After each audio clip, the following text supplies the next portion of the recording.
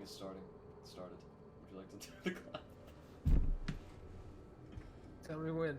3, 2, 1. Alright, there's 2 of them. I'll figure that out later.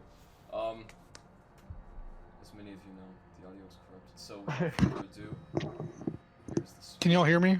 Oh, yes. Can you hear Sorry. us? No, Yes. Alright. So, the 7 of you find yourselves in the dwarven lands, the northern coast of the continent of Kilredwell. There's a land known simply as the Dale Lands, inhabited by 10 meager towns which struggle for existence. The Elbow of Moradin has gained its rightful reputation as an inhospitable and dangerous place to live. Reputation all the more inflated by the recent curse which has befallen the Dale Lands. For the past 2 years, all of you know that the lands have been growing colder and colder as the legend spreads throughout the continent. A strange malevolent force has taken over the sky, shielding the sun from thawing the stalwart snow and rigid ice below. Many have taken to calling it the Everlasting Rime, and its benefactor, the evil Frost Queen, Revel. After last week, the party were introducing themselves, some coming to the Dale Lands by way of the Crooked Star merchant ship, the rest being introduced on the way to the town of Bryn Shander, and finally, a quest was given. A buxom, bearded female dwarf named Hruuna and her gang decided to lend the player's ear in pursuit of their missing friend Urseald and the gathering of their lost supplies, a cart of bronze ingots. So, without further ado, you guys now find yourselves marching through the thick snow, the crisp glass-like white sheet breaking beneath your feet and sinking into your shoes.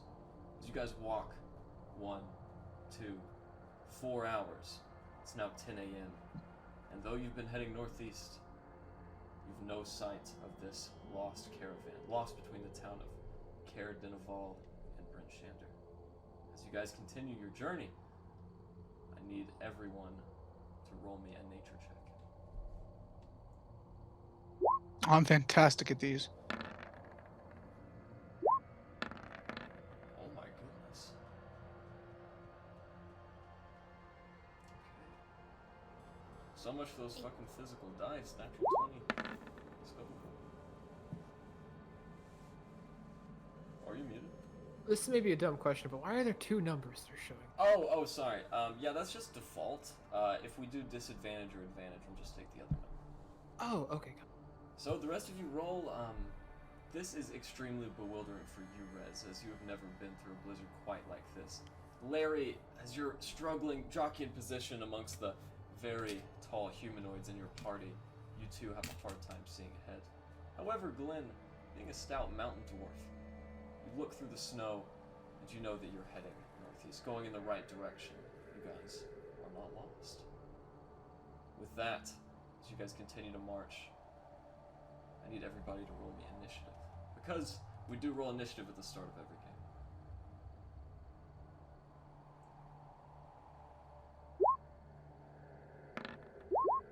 Alright. Just to clarify, no combat has yet occurred. Yet. How the fuck Yeah. did you get a 20.18? Go. Did mine do? I think Coach did. Yeah, you got a nat 20 on it. Serious? Yeah, she did. For Larry? Okay.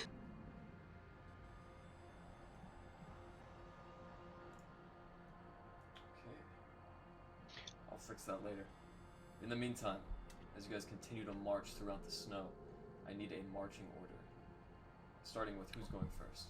Hold up, real quick. Did we roll for health? Did I not roll for health? We did roll for health. Did you not roll for health? When did we do that? I didn't do that. That's okay. Yeah, I forgot to mention it. So some people kind of did Okay. it throughout the week. Go ahead and do it now. Okay, just roll the, what is it I roll? A D10, right? As a Yeah, paladin? that's correct. So sorry. As a paladin. No, you're good. Who be our Hell- tallest? What? Okay, who else got who else got max HP No. on health? Larry. 3 out of the 6 of you have rolled the highest number.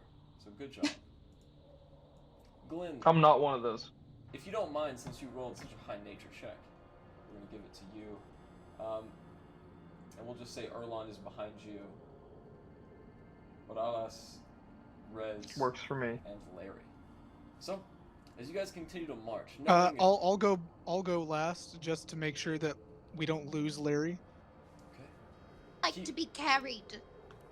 I'll go wherever I can fit. Larry, you are not a child. Sure. How tall is the snow? Well, the snowdrifts vary in height, but they are sinking up to your waist at times, Larry. Okay. Got it. I'm just gonna pick Trust Larry up by the scruff of her robes and stuff and throw her on my shoulders. Still trying to walk while he picks me up. Would you like to break free from him, Larry? No! I'm lazy. Alright. As you guys continue to march, making sure that you keep the monolithic mountain peak in Tin Towns, Kelvin's Cairn, to your west, you continue on until you reach a very shallow snowdrift that dips down and up into a steep embankment. This snowy ridgeline is dotted with trees and massive boulders. And as you guys all near, you do hear the faint sound.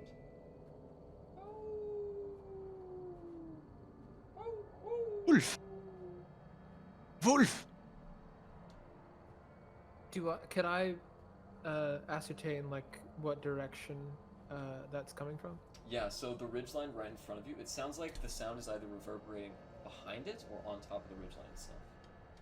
Okay. As you guys draw near, keeping your same marching order, the barking stops abruptly. It's about 11 a.m. now. The thick rime that darts the sun is casting dim light atop the ridgeline and all of you. Everybody go ahead and roll me a perception check, please. BM, I cannot select my token on the main page, it seems. I will fix that. Post haste, my friend. You have a chance. Of course. High perception check, gang. Your name on roll 20, okay.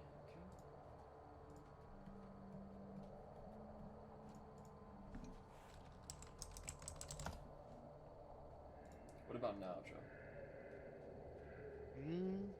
No, super weird. Strange. I will reload the game just in case. Yeah, your permissions are checking out why that's happening. Anyways, those of you who did roll high on perception, Moralas especially, you guys see through the dim lights atop the ridgeline what looks like a very large wolf dipping on its hind legs and looking up at what you consider to be a very thickly blanketed sky with gleaming stars. As it scurries back behind the ridgeline and darts behind a rock, what would you like to do? Do we care to investigate that, or do we want to leave it be? Well, you were Well, talking about maybe- that wolf. Maybe we can ask a druid, he knows about those things, I'm sure. He's got all kinds of pets. Yeah, Erlond, what do you think?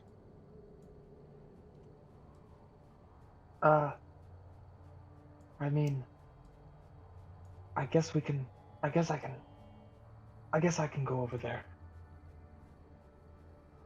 You want to go alone? Just Erlond's gonna walk towards. Slowly. Okay. As you do so, go ahead and roll me a nature check at advantage, Erlond.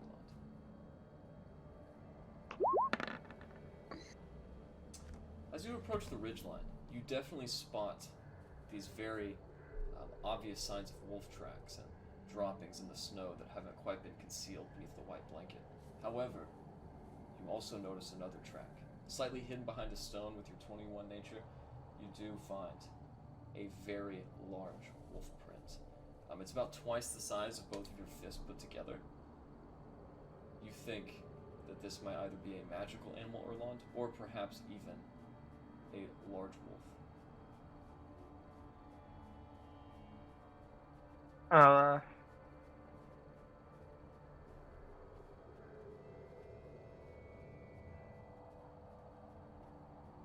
I'm gonna I'm wave down. thinking. I'm gonna wave down party members to come near. Okay, you guys all see Erlond signaling you. I'm thinking this could be a source of trouble, and if it attacks us, we'll have to kill it. Maybe we'll leave it be. I don't know.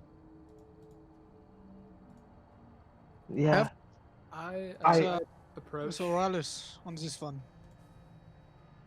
I'll approach Erlond with a heavy crossbow in hand.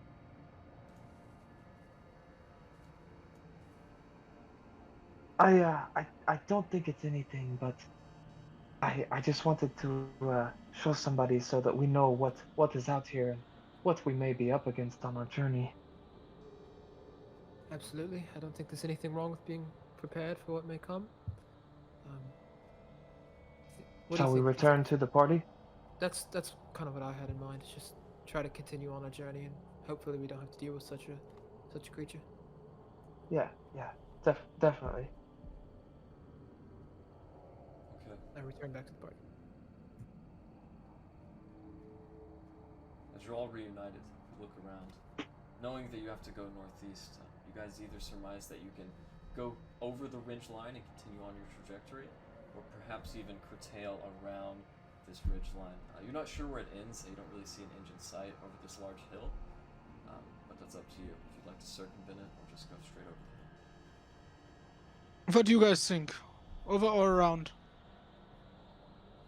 I worry that going around may put us in the path of the creature that we've spotted back there. It may be safer to just trudge over and take the extra time, if that makes sense. Yes. In Agreed. the military, they always talk about having the high ground. I believe maybe just a quick peek and then we decide. That's totally fine Could with me. I just think that's a dig great our idea. way through. Did you bring a I- shovel? I am very sure that Larry can see better on top of the hill. Sure. There to go see, cause I have two great eyes. Indeed. Indeed you do. Oh There- fuck! I forgot she was the one with the eyes, right? Okay, maybe we should send someone else above. Alistair, do you think maybe you could take a look? I don't know. Who's? I'll take a look up there. Great. Alright, as you go and peek over the ridgeline, Alistair. It is quite dim light, but even your human eyes can make out the forms and silhouettes which dart this ridgeline behind the glowing aurora above head. Go ahead and roll me perception as well. Perception. Okay. As you look around, you really can't see anything. Not for lack of looking, you look pretty high, but as you look around, it just looks like a vacant ridgeline. No sign of life. I'm gonna turn back to the party and give them a wave up to the top of the ridge. Rez is gonna follow with Larry on shoulder. Okay. And I'll join as well. Heavy crossbow still in hand. Right. Erlond will be slowly following behind and sharpening his what did I just buy last round? What are those things called? Sickles. Sharpening his sickles. Okay. As you guys go over the top, in that order, I need you to lay your tokens out right here on this screen. Roger, Dodger. Going south. You guys are currently heading northeast. Heading northeast. Okay, So did we just come through this gap? Yes, you did. Is As you that guys do about so. correct for Alistair? Yeah, that's actually perfect. I'm really surprised that you guys interpreted what I meant so well. As you I do straight so, up cannot find my token. Where the hell is my token? so fucking up. I don't you have see the, mine. Maybe you guys. you have do. to you just drag gotta, it. You gotta drag it out. I gotta Yeah, drag on it the up. Where's second it at? tab, the journal tab, just click your name and drag it over. Oh shit. Okay, sorry. I'm still learning. That's fine. yeah. It took me a while to know that too, dude. Oh, okay, cool. Thank you. As you come over the corner, standing before you as you kind of peer over the rock, Alistair, you see this very large, sleeping, furried mass. I'm gonna give everyone like the hunker down signal, the get low, Okay. and a shush. Does that mean? I think it means get. I'm doing a shush. Night. He and I used to hang. I think he does that when he wants people to get low and down. So he wants us to be quiet? We shouldn't be talking right now? We should stop. Oh. Well, okay, okay, we'll shut up then. As you I'm spot gonna- this massive. I'm going to point. Go ahead. I'm pointing to Glen and giving him the come closer. I approach. All right, Glen. Just as you approach and you get eyes on this creature, you see this massive, furried, dog-like entity sleeping on its side. Just then, another one comes out from the side. As it does so, it curls up in the other one's lap and falls asleep, joining it.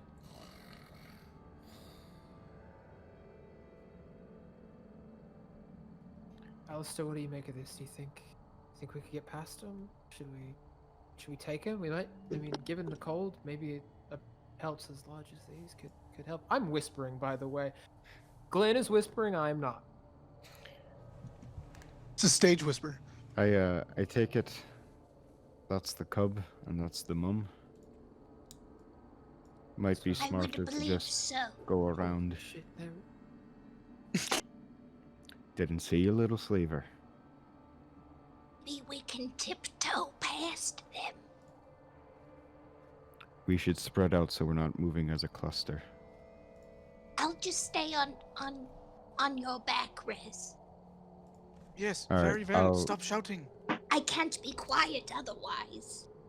I'll go first, and after I get so far out, I'll signal for the next person to follow behind me. Yeah, hold on. Actually, And let's- my idea is that we move just as a spaced out group, so there's large gaps between us, so we're not all just hunkered together as a group. Good idea. So, with that order, would you be going first, Alistair? Yes, I'll go first. I'll lead the way.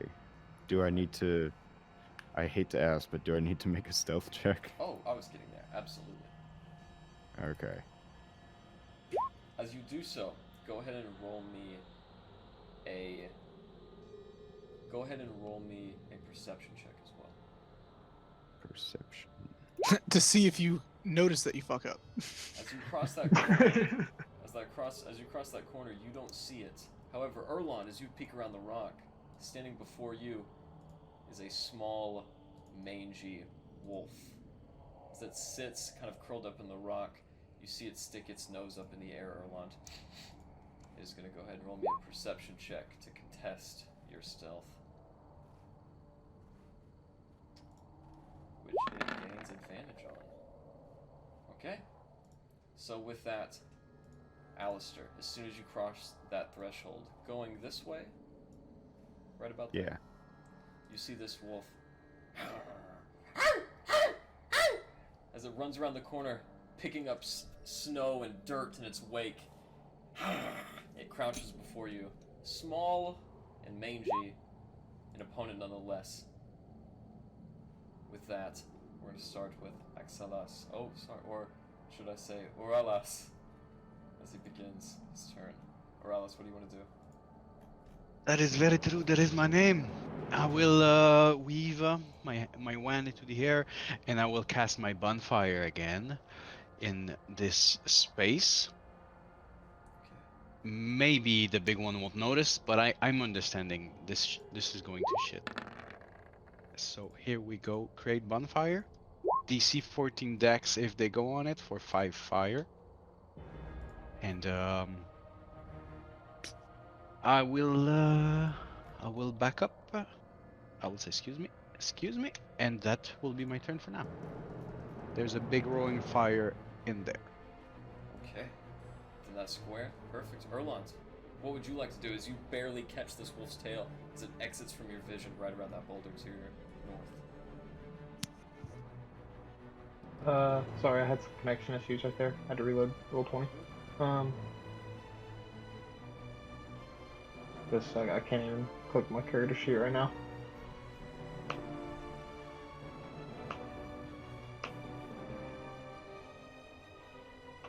So, I'm sorry, explain that again. I was trying to get that back. Oh, that's okay. It's your turn. You just saw the tail of the wolf exit your frame of vision as it goes right around that boulder to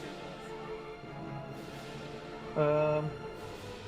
Erlond is going to kind of quickly hop up to the tip of this rock.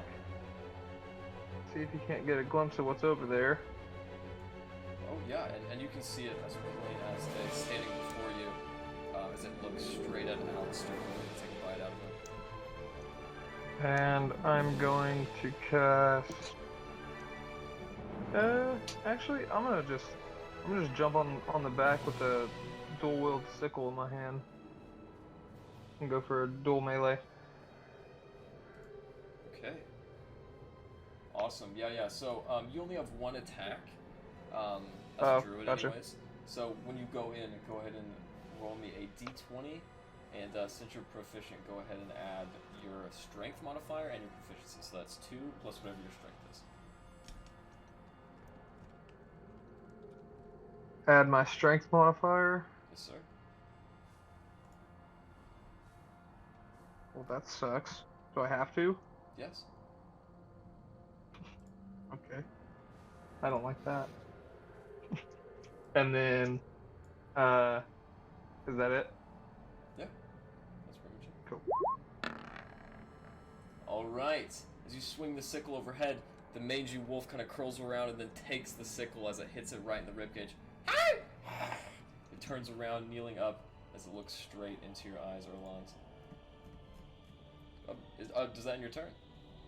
Can I make a retreat attack? And I know that'll give him an opportunity attack. So do you want to do like? Or a I fighting want to or do you just- retreat. Okay, you just. I don't want to attack.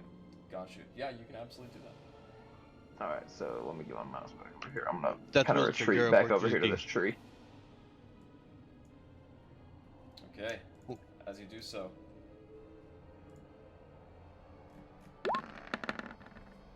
All right. He hits you with a 23. As his teeth sink in, he does. Oh, sorry. He does 4 points of piercing damage. As he does so, oh no, you're good. Okay. So with that, and you've calculated the damage against you 4 points of piercing. It is now the wolf's turn. This wolf is going to go right in on you, Alistair. As it does so, it leaps and lunges onto you. Go ahead and make me a DC, or sorry, go ahead and make me a strength saving throw. Almost told you what the DC was. Strength save. Yes, please. Noted, Arlas. Sorry. Okay, just like that, you don't get knocked over and its bite goes wide, missing you. Up next is this wolf. As it curls around 5, 10, 15, 20.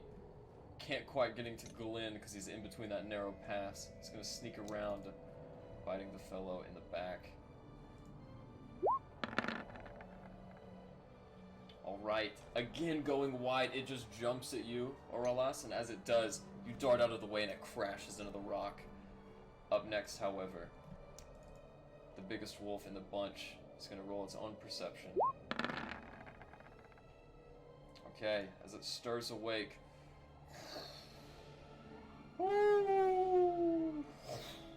planting its feet down, Alistair, Glen, Erlond, and Larry, you can kind of see that this dire wolf has these dark blue eyes. If you would like to, you can roll me an intelligence check. Just then, another wolf enters the cry, and that is going to end the wolf's turns. Up next. Here's my intelligence check, by the way. Thank you. Up next is Yeah. Rez. Rez, it is your turn. However, Larry and Glen, you don't recall, but Alistair and Erlond, you recognize these blue eyes as being the same sort of blue eyes that were in the eyes of that prisoner that was brought to Bryn Shander at the beginning of your journey. So, with that, Rez, what would you like to do? Scheiße. Take Larry off my shoulders and set her down. I take out my drum. Larry, you got this. Larry, you got this. And I'm gonna give Larry bardic inspiration. Okay, what kind of die is that? Right now it's a D6. A D6. So, with a D6 inspiration and your D4, DM's inspiration. Larry. Oh, well, actually, Rez, it is still your turn. I apologize. Yes. That- So that was that- my bonus action. And you know what? Very scared and trepidatiously, he's right-handed, and his rapier is on the right side of his belt. So very awkwardly, he's going to pull the rapier out and have a very awkward stance and pull it and go, ha! And I'm gonna hold my action until one of the things gets near me. Okay, that's good ready action. With that, Alistair, it is now your turn. What would you like to do? Oh, wait. No. Yeah, it is your turn, right? Yeah, it is. Yeah, I believe so. Yeah. All right. So with the wolf right in front of me, I'm going to make an attack with my rapier.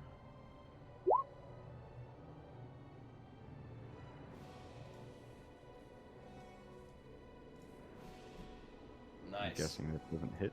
Oh, that's a great guess. And as you just go to sink in, it darts out of the way and you catch the top of the snowdrift.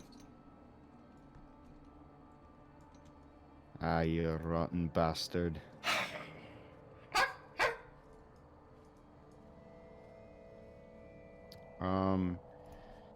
And then for my bonus action, let me make sure.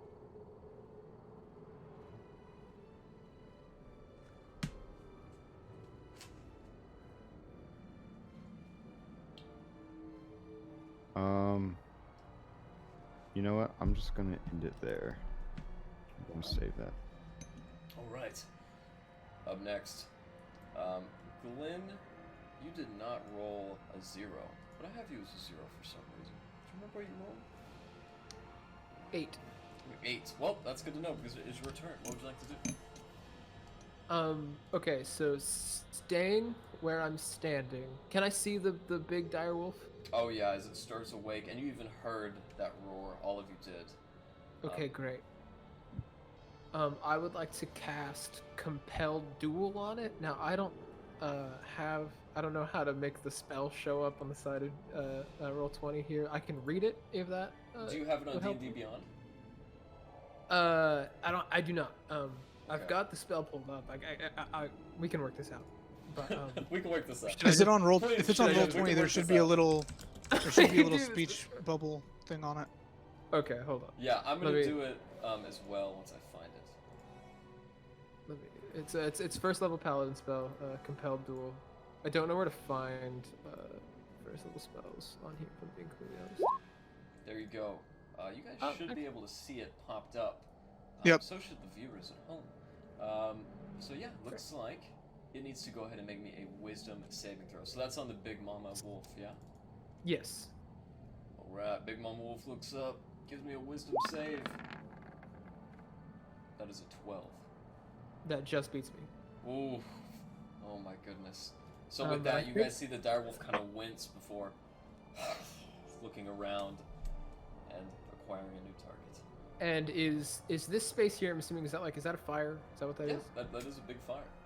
Okay. I'm assuming is there no possibility of me standing in this space, like on the very corner of this space? You could. So And that avoiding- rock is not really on the ground, it's just kind of blocking your view. So you could get on the other side. So I could stand here. Yes, so you you're could. saying. Okay. I'm going to move there, and because that spell is only a bonus action, I'm going to take a swipe at this direwolf with my long sword with 2 hands, and I will roll that attack. Okay. Nice. As you just grasp your longsword, ringing it with both hands, you give the direwolf a very stalwart whack in the side. Looks down, and a big, thick line of red blood runs out of its side. As that happens, Erlond, you notice the actual shape of the direwolf begin to shake for a moment. Glen, go ahead and roll me damage. Okay, another quick question about how Roll20 works. How do I roll the damage? Like, do I click the damage side of this Just attack? or- click on the word longsword. Okay. I'm afraid I'm going to roll another attack. In the chat. In the chat, yeah. Oh, in the chat. Okay. Yes, sir. Oh my god. Alright. Damn. Mighty whack that was. Is that your turn? Oh, yeah, I rolled a 10. Cool. Yeah, that ends my turn. Oof. Okay, up next. Oralas. Wanting not to say your name incorrectly again. What would you like to do? I think this is the time to save my skin the best I can. I will weave in my hands as I can into the power of the elves, and I will try to master what I've been practicing for a long time. And you will hear a bit of a deep hum as I'm doing my weave and I'm casting it, and you will hear a blade song of the elves starting. So hit bonus action, this is it. I will take one short sword out because I cannot do both at the same time, and I will engage the beast.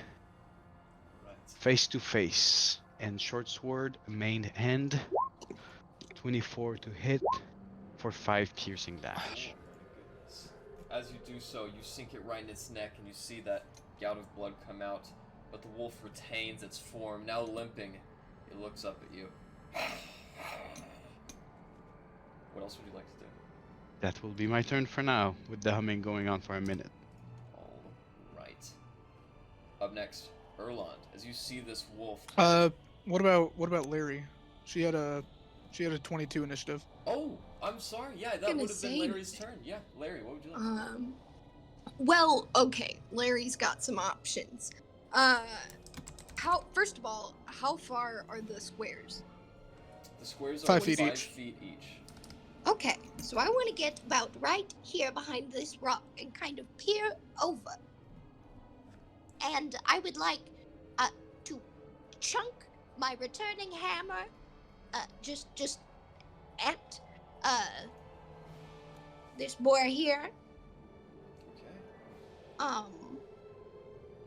And so I'm kind of new to the artificer thing. So this is an artificer thing. Do I just use my hammer like I normally would and then just say that I threw it, or Are you wanting to throw your hammer at it? Yeah. Go ahead and make me an attack. And since you're an artificer, I believe you can add your intelligence modifier plus your proficiency on the attack. Let's see. Yeah, I think we already macroed I can that send all in that. your This magic weapon grants a +1 to attack rolls. Okay, and you'll have a +1. And it returns to your hand. Well, very nice. So yeah, just roll. Don't the you attack. also have that other Beautiful. enhanced weapon? So yeah, 3 I plus do. 2. So that's actually a 22. And as you hit it, bong, oh! You see this wolf get tossed to the side in front of you, Alistair, as this devastating blow to the skull rocks through its body. Roll for damage. Oh my for me. god. Oh yes. Hell yeah. 6 damage. A crushed orbital, this one-eyed cyclops of a wolf looks up, directing its attention directly at Larry now. What else would you like to do? Well, fine. See, I chunked my hammer, it came back, this wolf is looking at me, so I'm just going... Can I run again? Or is that Oh, that yes. possible? Yes, and as the hammer returns to your hand like Thor, what else would you like to do?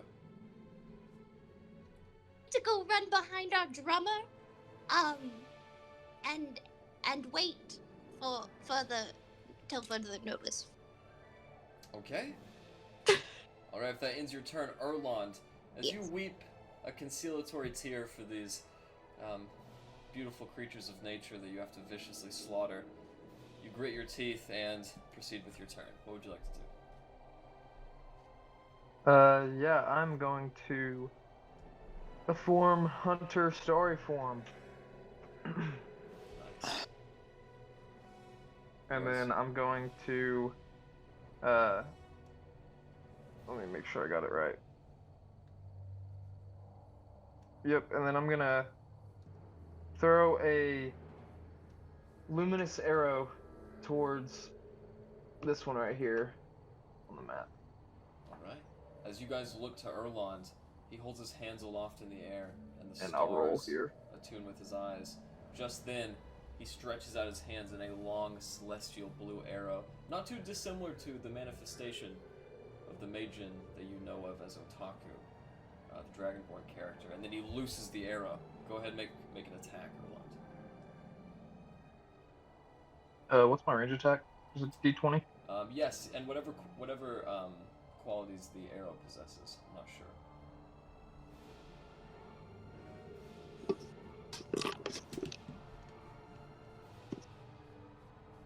Make a ranged spell attack. Okay, there you go. So for you, So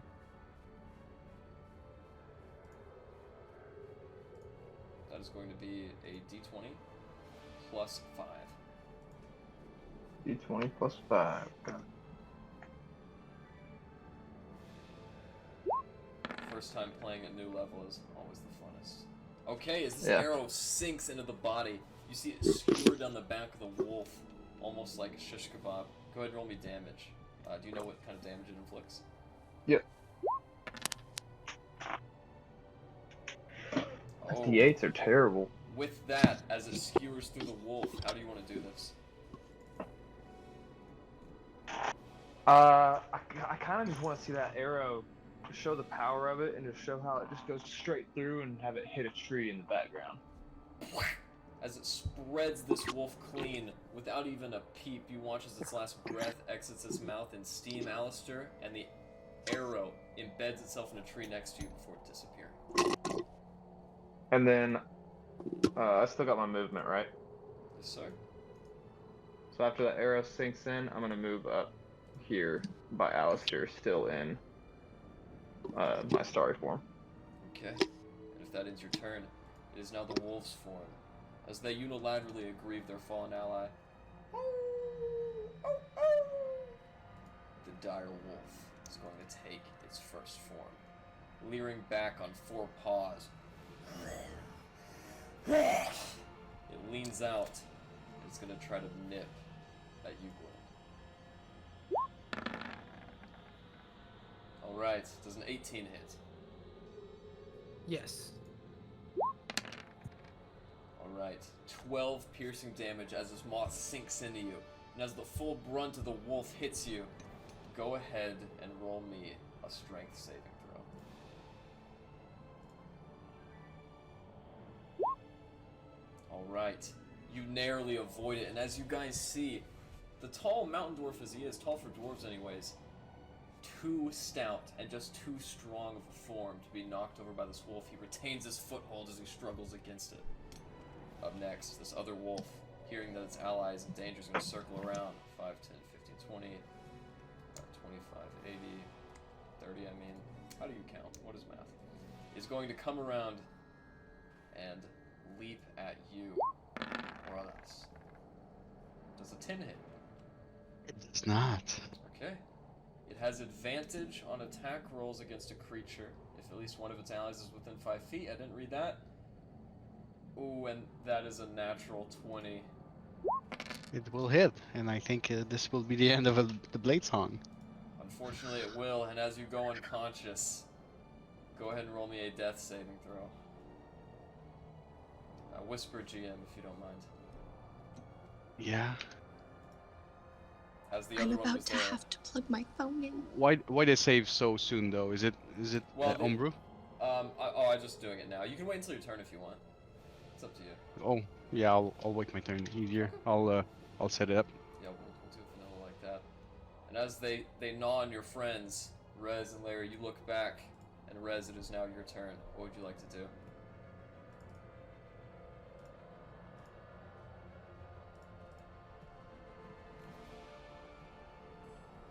I believe Rez and You're Larry muted. are both You're muted. Scheiße. Oh, there you are. I hear you. So Rez is going to, as he said, just say Scheiße. I cannot believe I'm about to do this. And he's gonna run down to Aurelis, getting way too close to the wolves for his own comfort. And he's going to cast Cure Wounds. Alright, as you watch the breath that was exhumed from Orala steaming into the dark sky, and then returns back into his lungs. He is awakened. Go ahead and roll me a d8 plus spellcasting modifier. Yes, I am pulling that up right now.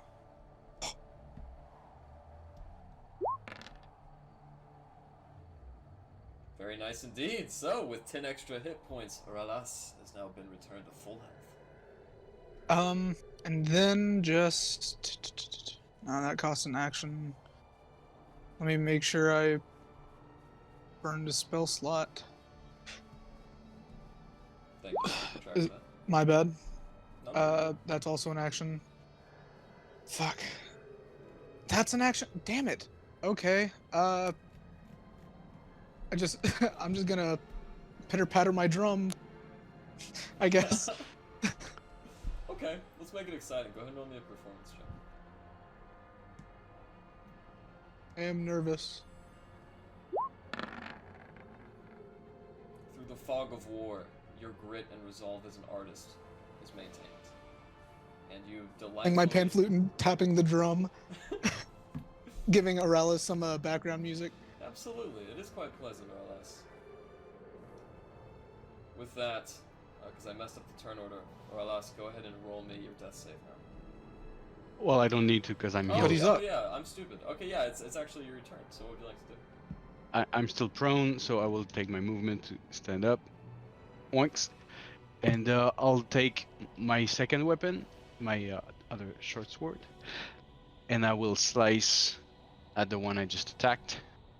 First attack on my main hand does a 15 hit, Yes, it does. 10 damage. As you bring it up and you cleave down, you watch in horror, Rez, as this small wolf is decapitated before you. And then I can use my bonus action offhand because those are light weapons. And I will attack the other one for 15 to hit And that hits. for just 1 damage. That one rears back and gets a nip on its paw. And I will make some room for my friends, or I will block the way for my friends. Yeah, that's even better. Alright. This will be my turn. If that ends your turn, Alistar, it is now your turn. What would you like to do? Alright, after the wolf in front of me was killed, I'm going to spin around to look at the big one over here. And then I am going to use my infusion of repeating shot.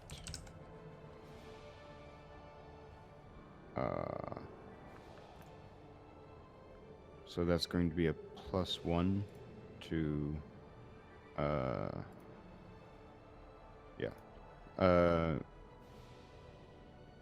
+1 bonus to attack and damage rolls. So Okay. both attack and damage. And that's going to be with my flintlock. I'm going to fire that off. Alright, as you see him extending his beautifully ornate flintlock pistol, it fires off, missing its target wide. What else would you like to do? Well, I guess I'm gonna move up over to here then. Alright, as the steamy fire and magical soot clings to your beard, Glen, you hold fast to the wolf as you jockey back and forth with strength. You throw it back and grasp your sword, rather. What would you like to do? I'm gonna make another attack with my long sword, both hands as well. So let's see how that goes. Okay, does that hit? I'm assuming. Absolutely. Great. Okay, so I roll for damage. Whack! As you hit it again. The direwolf regains its form again after getting a massive mortal wound to the side. What else? Okay. It took half my health with one chomp, That's and I right. very much would like to get away from it to someone who's maybe a little bit more healthier than me, but I don't know. I think I'm gonna risk the opportunity attack, and I want to try to run into this space here. I should tell you just to telegraph the risk. If you do escape an opportunity attack, he will not impose a strength save, so you will be able to at least avoid that effect. Okay. All right, then I'm gonna go for it, and I'm gonna move here. Alright. So, That- assuming I'm. Yeah. With that, it does leer out and try to bite you. Natural 20. Oh my Fuck. god. Oh! These motherfuckers and their natural 20s, alright? As you are hit. Wow. I don't know why it's GM rolling right now, I'm sorry, but you will be able to see in the final video. And as you go down, it sinks its jaws into you, dealing 18 damage. And Glen falls over at the knees. Yeah, I'm unconscious. Indeed, he is. Up next, Larry, as you witness this in horror, what do you want to do? Alright, so Larry is going to get here. And I believe I will do. First, I would like to throw my hammer at it. Can I do that without hitting him if I'm behind him? Oh, yes, well, he's on the ground, unconscious. Okay. And you're only 2 feet I- tall. So, alright, first, hammer. Let's see, does that hit? Nice, yeah, it's AC, so go ahead and roll damage. Alright. Alright, with Nice. that, you see it picking up the snow. As it goes to bite Glen again, boom, the hammer hits it in the face before returning to your hand. And then, as soon as it comes back, I would like to cast Cure Wounds on my poor friend. Glen, the other chaos of battle, the fire, the soft snow, the bloody wounds, and then to be resurrected again is quite insane. Go ahead and roll me a d8, please, Larry. I hate to be the one that brings this up, but No. those are both actions. Oh, yeah, I just remembered that too. No. Unfortunately, Hey, if I Glen- can't do it, if I can't make an attack and do cure wounds, neither can you. That's I'm true. Hey, so sorry. I should have heard. Fuck up. Real quick. Hey, but in the future, guys, lesser restoration, bonus action heal, very good. Yeah, I did healing word. Yeah, that's a good one too. What else would you like to do, Larry? You have a bonus action and your movement left. Well, I'm not sure what else I can do in my bonus action if I cannot help my friend. I will cower, in this rock formation, Amazing. and that will end my turn. Right. Oralas, as you yourself have just been resurrected, what would you like to do? I think this one needs to die. So first, main hand attack. Short sword. Wait. Yes. Is the turn order messed up? Yeah, it is. Yeah. It's really messed up. Yeah, is it's my very turn? messed up. Yeah, it is. No, it's your turn, definitely. It's good on my screen, but the players are having some problems right now. I thought I went before Oralis. He rolled a 20. 20. So, I yeah, should have yeah, 20. Yeah. You Oh, actually wait, go- sorry. Circular rotation, my bad. Yep. Same roll again. That's crazy. I'm you back just on- rolled so many times. It's your turn though, definitely. Okay. Okay, I don't want to steal anybody's thunder. So I will take my short sword and I will slice at this fucking beast. For 25 to hit. A big Right. whooping 5 damage. Okay. Again, as you Is the bring beast. it down, you're just Yes. seeing this elf cleave through wolves, decapitating one as he brings the sword around. He sinks into the back of the other, and they are both dead. Is he still alive? Oh, Dead? And guts! Oh, so he's alive. I have enough, and then I will strike at him. Try to pierce him on the side. Does 12 hit? Unfortunately, the second one does not hit. Okay, and I will use my movement to dance around him and be ready to jump on the big one if need be. Beautiful. Sauntering to the That's music, like- the rhythm and flow, you easily make it there as Erlond's turn begins. What would you like to do, Erlond? I'm going to cast. Or no, I'm gonna use my light crossbow. Or oh wow, I already hit it. My bad. Well, Take the first one. yeah. I don't know why I did two. Both of those hit, so we'll go with, I don't know why I rolled damage. I got too excited. Why don't you go roll? That's kind of cheap. I'm sorry. Okay. All right. All right, yeah, 7 Yeah. piercing damage done the right way as the bolt sinks into the shoulder.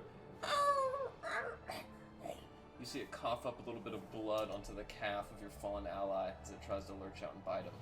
What else would you like to do? And then I'm gonna cast Healing Word.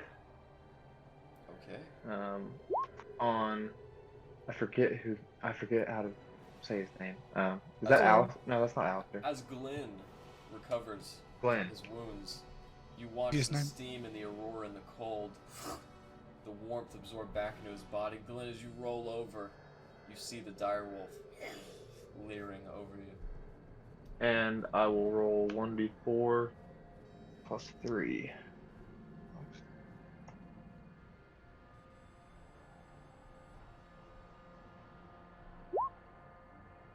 Oh, my bad.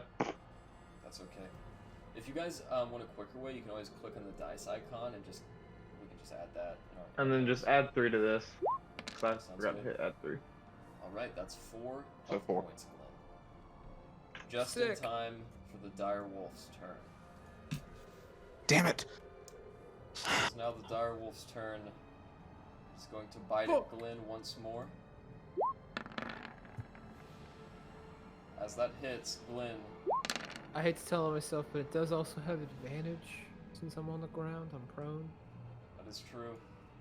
And no natural 20s, but 10 piercing damage is going to put you right back What? to unconsciousness. Well, I also think that if I'm on the ground and I get hit, isn't it an auto crit? Am I wrong? I don't think so. I think that's No, they you're have unconscious. advantage. just advantage. Yeah. Auto Okay. crit is if they're stunned or grappled. Paralyzed or something like that. Yeah. Somewhere in the comments, someone's going to definitely correct us, and we're probably all wrong. But nevertheless, it's Rez's turn. Okay. Fuck. So Glenn just got up just to get down again. Yep. Okay, Garrett, I have a question. I want to know if this is gonna work before I do it. Okay. Will temporary hit points bring him back up? You know, that's a good question. If anyone knows the answer, tell me. I'm going to look it up. Ada does it. I don't know about Bardic Inspiration though. Oh no, I'm not worried about Bardic Inspiration right now. It does not return you to consciousness. Fuck! Okay. However, Well- that might still help him, because if Erlond gets to heal him again somehow, more HP is definitely a good idea. I appreciate you looking out for me. Well, he's getting a minimum of 7 HP because I'm burning another Cure Wounds. Alright, go ahead and roll me a d8. Okay, I should not have clicked up. Take your time, my friend. Okay,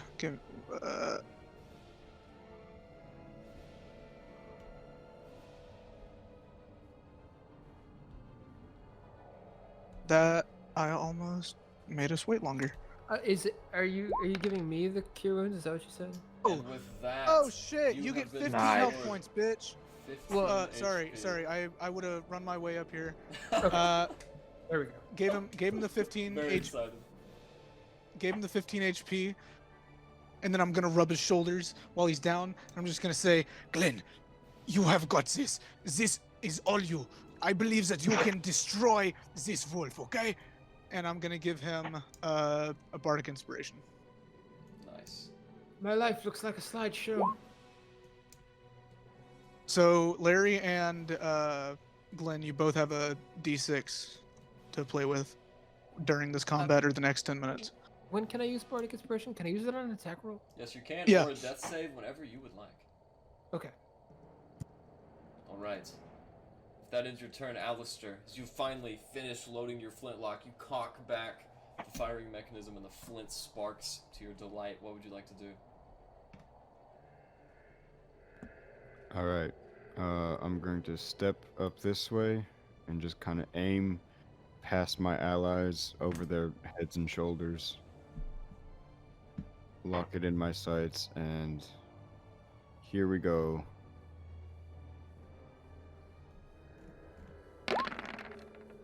Well. Yes. 18 Boom. hits. And that would also be with a +1, Oh, yeah. as well as to damage, which is coming. Alright. A total of That's 3 3. piercing damage. You hit it in its left paw. just enough to keep it from encroaching onto Glen, who is... Back off, you mangy mutt. You swear you see the face modulate for a second, almost magical in nature. Kind of zooms out as the jaw retracts back into the skull.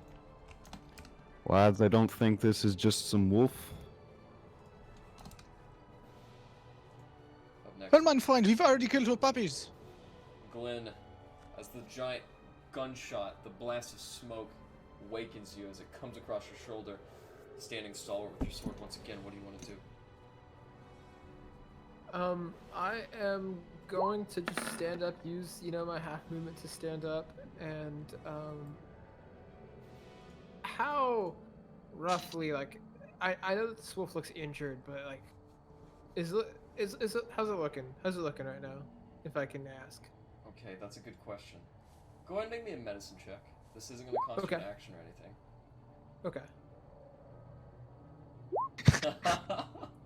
Joe. That was good. That was good. This thing is very injured. Skin flaking off. It seems to have a resilient strength, but even that is weathering away in light of its massive wounds. The biggest of which is still that massive sword cut you gave it from the beginning. Okay. Well then I'm gonna go for it. And am I within range to attack it, or do I need to move? No, you're in Can't range. tell. Yeah, you're in range. I'm in range.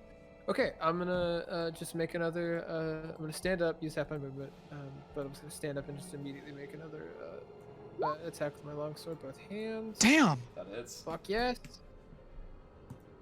And there's damage, 13. Damn! As you guys watch him take the sword, he takes it back over his shoulder, leering forward. You strike the direwolf.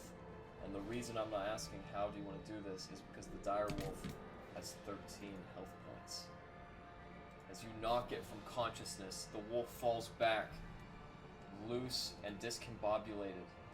You guys watch as the wolf slowly shifts in form. From what you saw earlier, the massive gangrenous wolf, bloodied and ferocious, the size soon reduces to that of a tribal-looking female. White skin, furs, and hides adorn her body, and her head is donned with a small skull.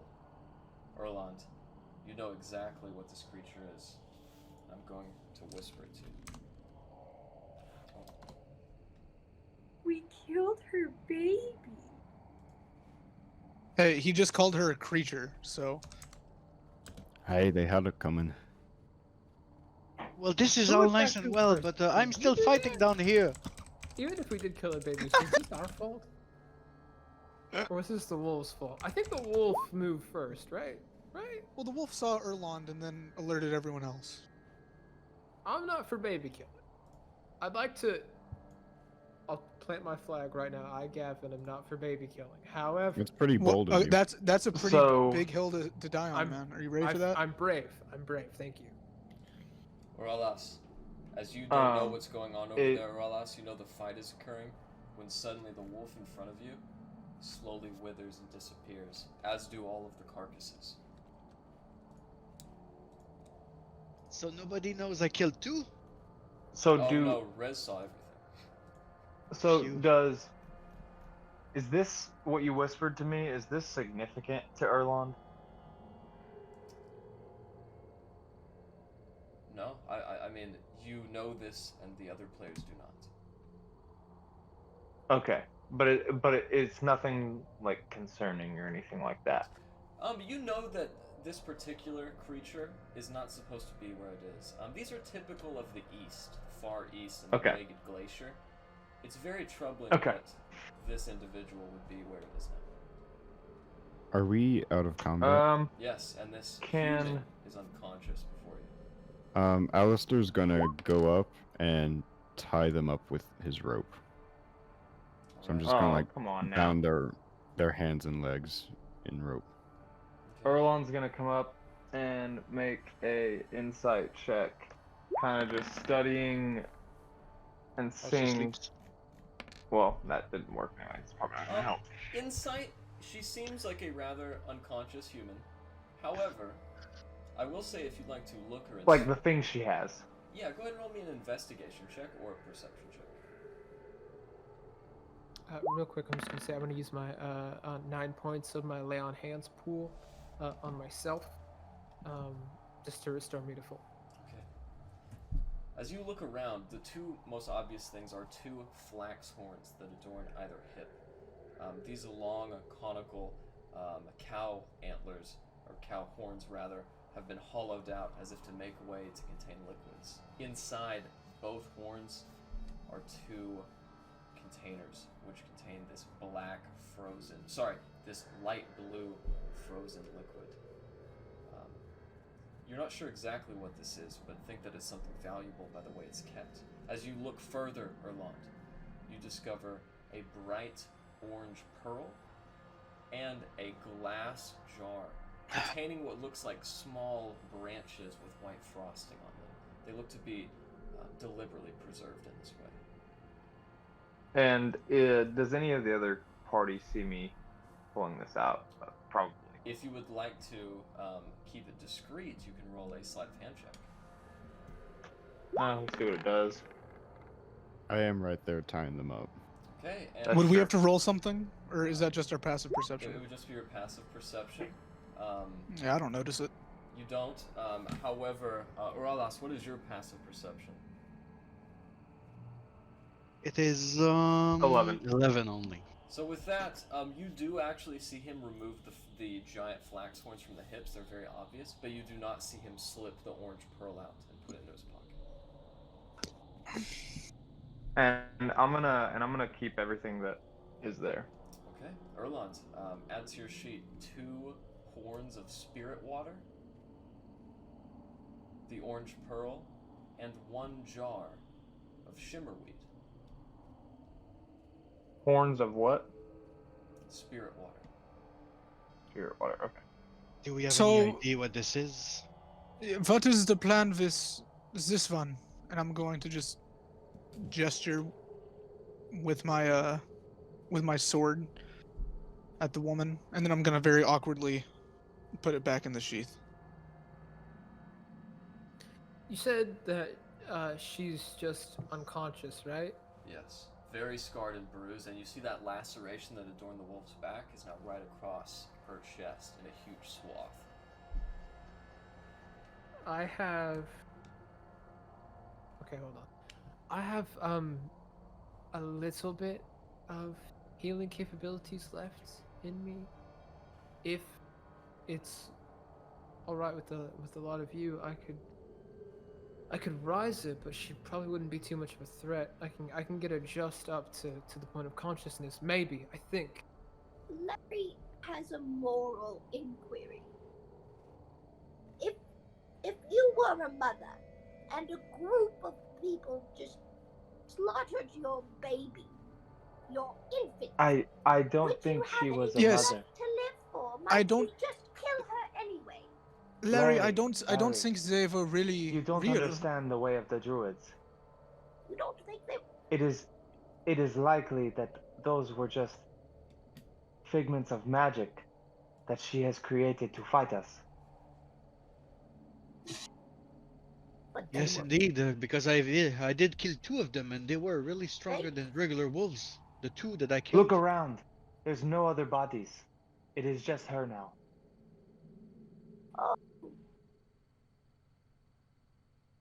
I say, we wake her, keep her tied up, and then give her the choice to die here in the snow or make her way.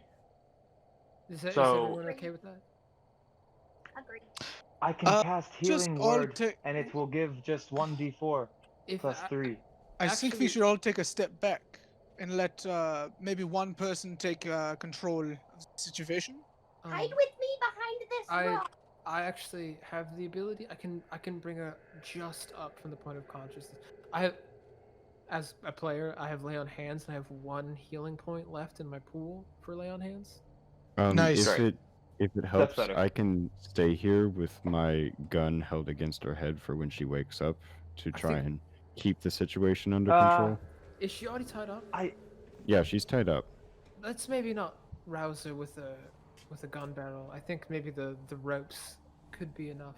We keep did your we did hand trouble ready. her while she was sleeping. Yeah. Okay.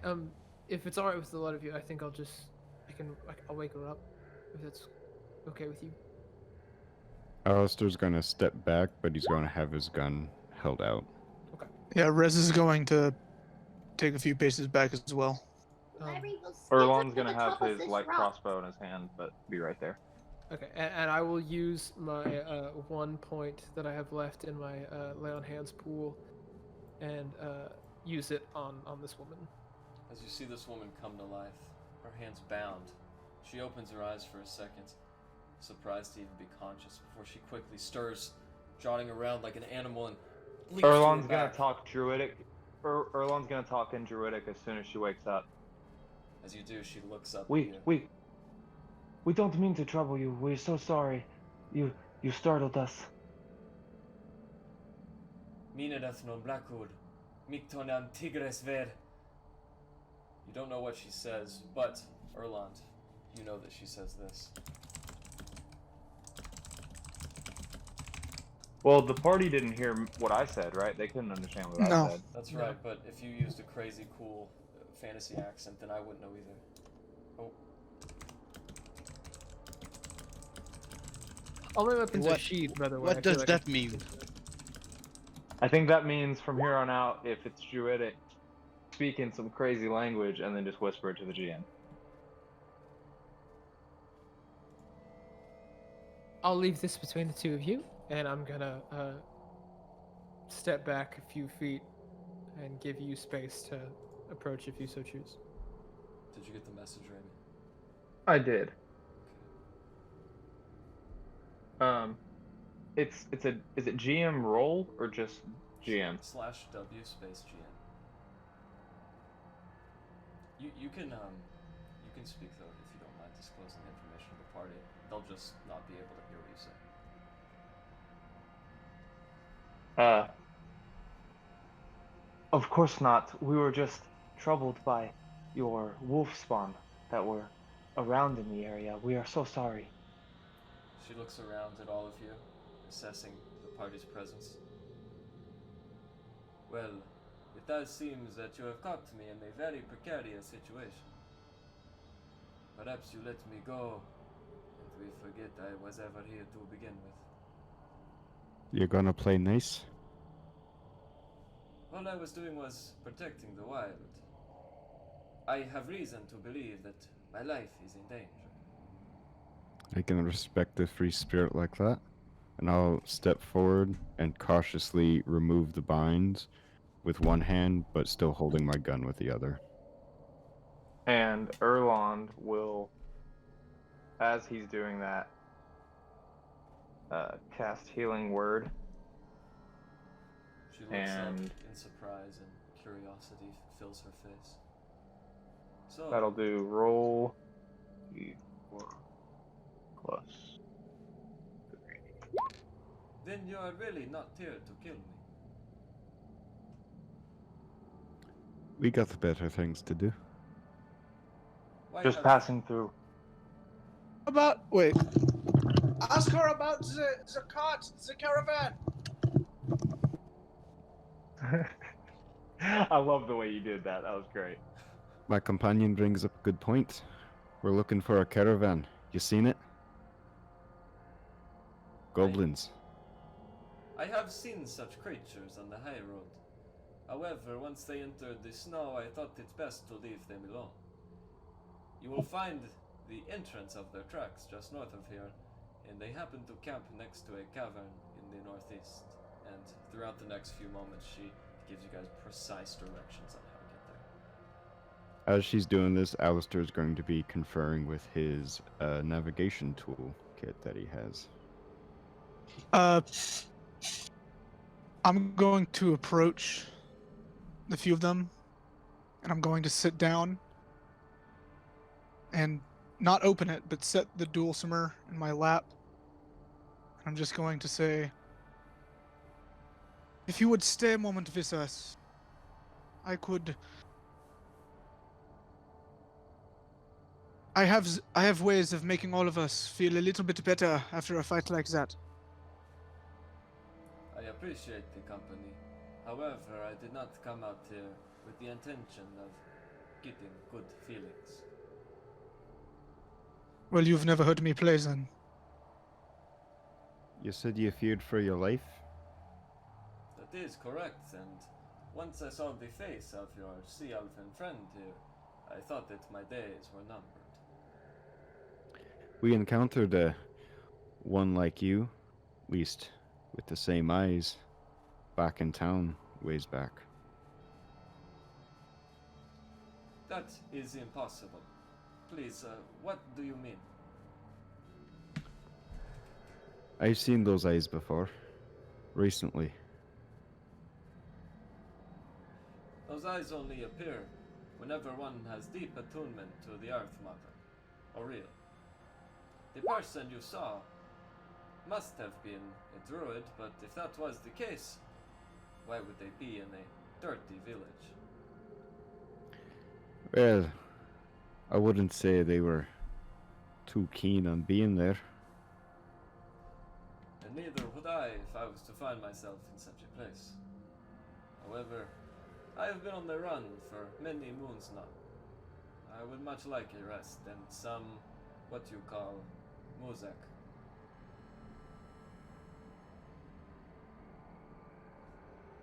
So you are interested, huh?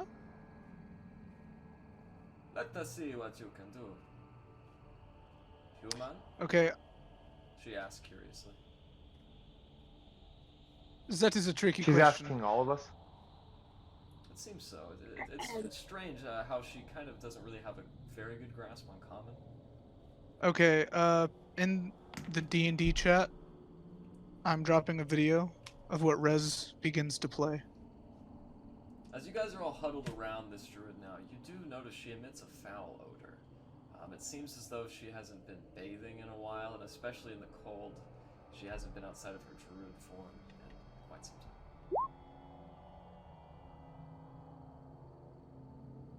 Dower, Rez will play some joyful, fun, upbeat music.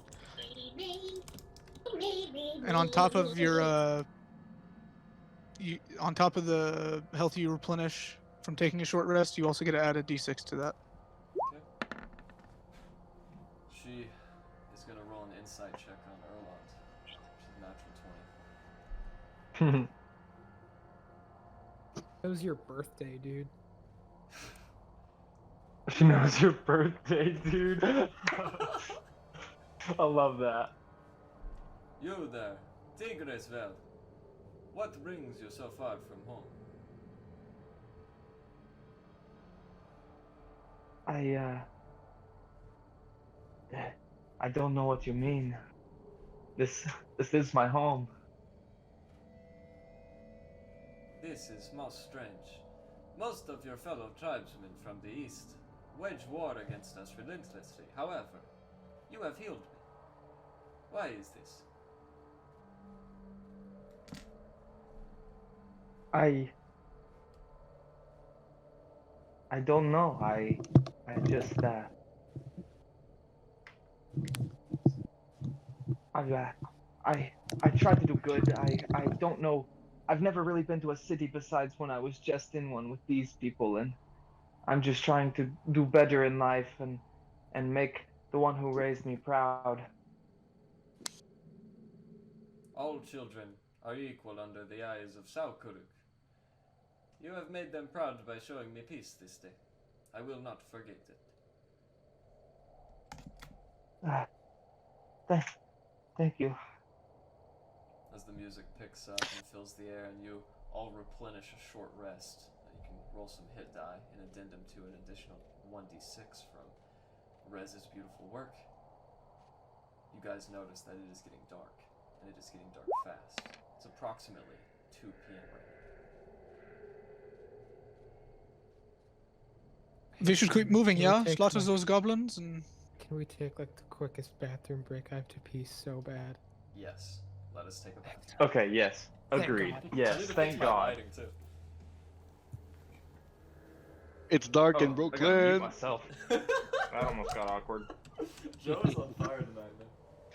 Nah, always on fire. We are back. This is the part in the video where I speak only to the YouTube audience. Thank you all for watching. This is our first upload. officially. And after this, we'll proceed. Don't forget to like, comment, smash that subscribe button. He's back. Beep. Don't worry, he's back. So I did my blade song for one turn, and then I got knocked down, and I didn't get back up again. How did it feel? Is there any echoing right now, by the way? Not Like, for me. I'm having to charge my phone, so like these aren't even plugged in right You're now. good. But Honestly, you guys sound great. You and Eric Okay. are great. Alright. So, as you guys sit looking with this girl, she looks around stoically. What is your name, Tigrisvel? As she speaks to you, Erlond. Erlond. This is most interesting. I am Hruuna, Wormslayer. Is this in Druidic? I'm sorry. This is in common. Common. Okay. Yeah, that's why she speaks with this kind of strange accent that's very foreign to all of you except for Erlond. Well, nice to meet you. My name is Rohalas. I'm from far away as well. She looks Can at you notice? What is wrong with you? You look very strange. Yes, by the tone of my skin, What did you she can name- tell that say? I would love to be anywhere else but in this town. I am Hruuna. Well, Nice it is Yuda. very nice to meet you, Yuda. When you go Is that- to kill your goblins, please leave their steeds alone. They are helpless animals who have been roped into their schemes. I would never do harm to animals that are being treated in the way that they are. Excuse me, I have a question here. If they have steeds, can we take them for ourselves and take good care of them and lose the walking a bit, maybe? I would not Is- recommend taming such wild beasts. Then again, I see that has not stopped you yet, Tigrisvel. She looks at you, Erlond. You see her kind of scan your backpack, looking for the yeti that she knows is there. Ah, I see you. No, I have a friend. And I'll I- pull him out real gently. I have never known a Tigrisvel to hold such pet, but if you think you can bring it to good fortune, then it is a good idea. If I may just interrupt real quick, what is it you're referring to Erlond as? Tigrisvel? Is that what I'm hearing? Tigrisvel, as you say, son of tiger.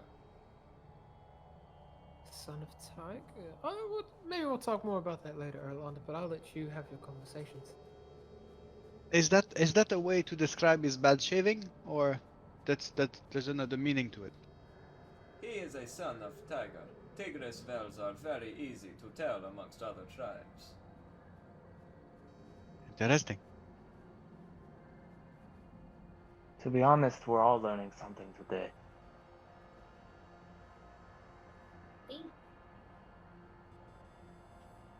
Now then, if you do not mind, please relinquish my holdings. I've already removed the bindings. As you do so, which is a scene I missed, she rubs her hands on the wrist tightly. So, all of you must be hungry. And she reaches down to her hip. What have you done with my article?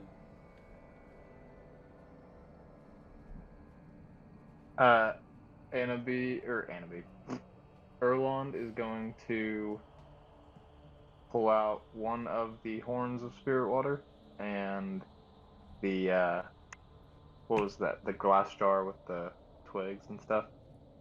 As you bring out the spirit water, she clutches one of the horns from her hands and immediately cracks it against her elbow and begins chugging the slush of broken ice and frothy liquid. As you guys smell this kind of medicinal aura sweep the region, you watch as she seems to gain strength with each sip. She wipes her mouth. You will enjoy the article. It will restore your spell abilities. If any of you are casters, Oh. it is. As she kind of looks Yes. over and spots Orlas, who lit a fire under her not too long ago. You said Very that will interesting. replenish spells? Yes, so whenever you guys drink the spirit water, you guys will be able to cast spells without components, somatic, verbal, or otherwise, for a day. I was But going it to doesn't say. replenish spell slots. No.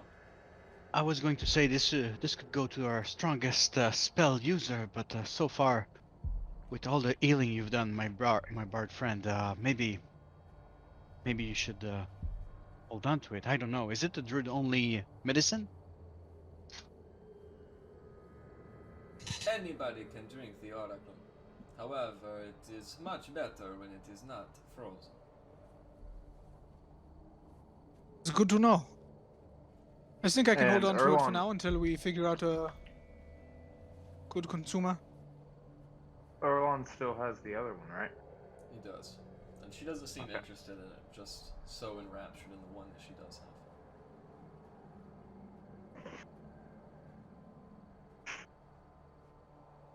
And so she hands the rest of that to Rez. No, she's just holding on to it. Okay. Yeah, miscommunication on my part. Yeah, all good. Okay. With that, you guys watch as the dim light begins to fade in the sky. Though only 2 p.m., it is about as dark as night. However, as you guys look onto the horizon where she's spotted, you can kind of see the makeshift hill, the outline against the still lit aurora that she's spotted. What would you guys like to do? Shall we press on, my friends? I feel Yeah, very Jack, fine you- myself. I've got our anyone headings. hurt right now? I am in perfect form. Perfect. Okay. All right, then I suppose we should just keep moving them down some of my magical capabilities, but only sort of. I've still got a little bit left. So I'm fine. happy to go. Everything faded to black for me, and then I heard a little bit of music, and then I jumped on my feet or something. There was a flash of genius within me. That was incredible.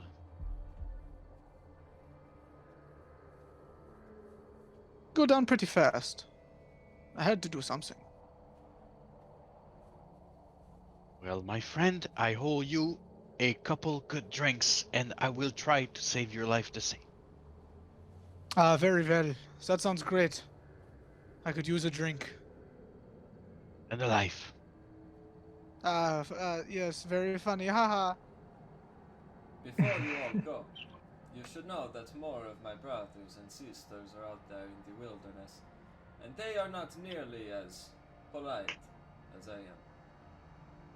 Stay on your toes. Is there any magic word we could tell them, maybe to spare the fighting? Like make friends? No. Okay. No friend. You see, times have been tough for the children of the wolf. Many of my colleagues have resorted to cannibalism. Thank you for So the sh- information. So Scheisse is like real bad. Yes, we are fighting a war on 2 fronts. That is one reason for my fleeing the tribe. Glen interrupts real quick to say, can you point us in the direction? Was it northeast we were heading, or was it northwest? Indeed. Northeast. Bearings. Continue on your current trajectory and you will see 2 tracks in the snow. Between the tracks, the massive paw prints of their steeds. Okay, great. I think we should just get moving, fellas. Quite frankly, I've had enough sitting and talking. I think maybe it's time we carry on with our journey. I mean Wunderbar. to do very well. I will give you 2 rations, my lady. Thank you for this. Please try And- not to kill anybody else That's when fine. they're around. Glenn has started like slowly trekking in the direction that he thinks is correct. And so are we all starting to walk off? Yes. Very well. Erlond is going to drop a pound of venison meat for her. And then cast Produce Flame. You are a Fucking most headrest. gracious son of Salkuruk. And as you see her say that, she gives you a very awkward salute with her fist. Stay strong, Tigresya. Ha. Yeah. And I'm gonna like awkwardly do the same one back to her. Like, but it's totally wrong. She crosses her arms and gives you a slight eye as you walk away. As you all do so, you go down into the hill with Glen leading the charge once again. Everybody, go ahead and give me a perception check. Well, Rez, I think we'll need to teach him some tricks with the ladies. Yes, I very much do agree. An empty bed, a life as an empty bed is a sad one. And Erlond is just kind of like in the very back, like not even really. He totally is zoning out and just has that pearl between his hands, and he's just totally focusing on it. With a perception check like that, I think my eye is just messing up again, and I'm hitting myself in the head, and you see it rocking, but it can't focus right now. Okay. With that, as you all continue to march, Glen being the front in the pack, you're the first one again to see the tracks. Just like Yuda explained, they're two snaking tracks, almost like a tire has etched them, yet between them are massive paw prints. If you guys would like to, as you near these set of tracks, you can roll me a nature check to discern the nature of these paw prints.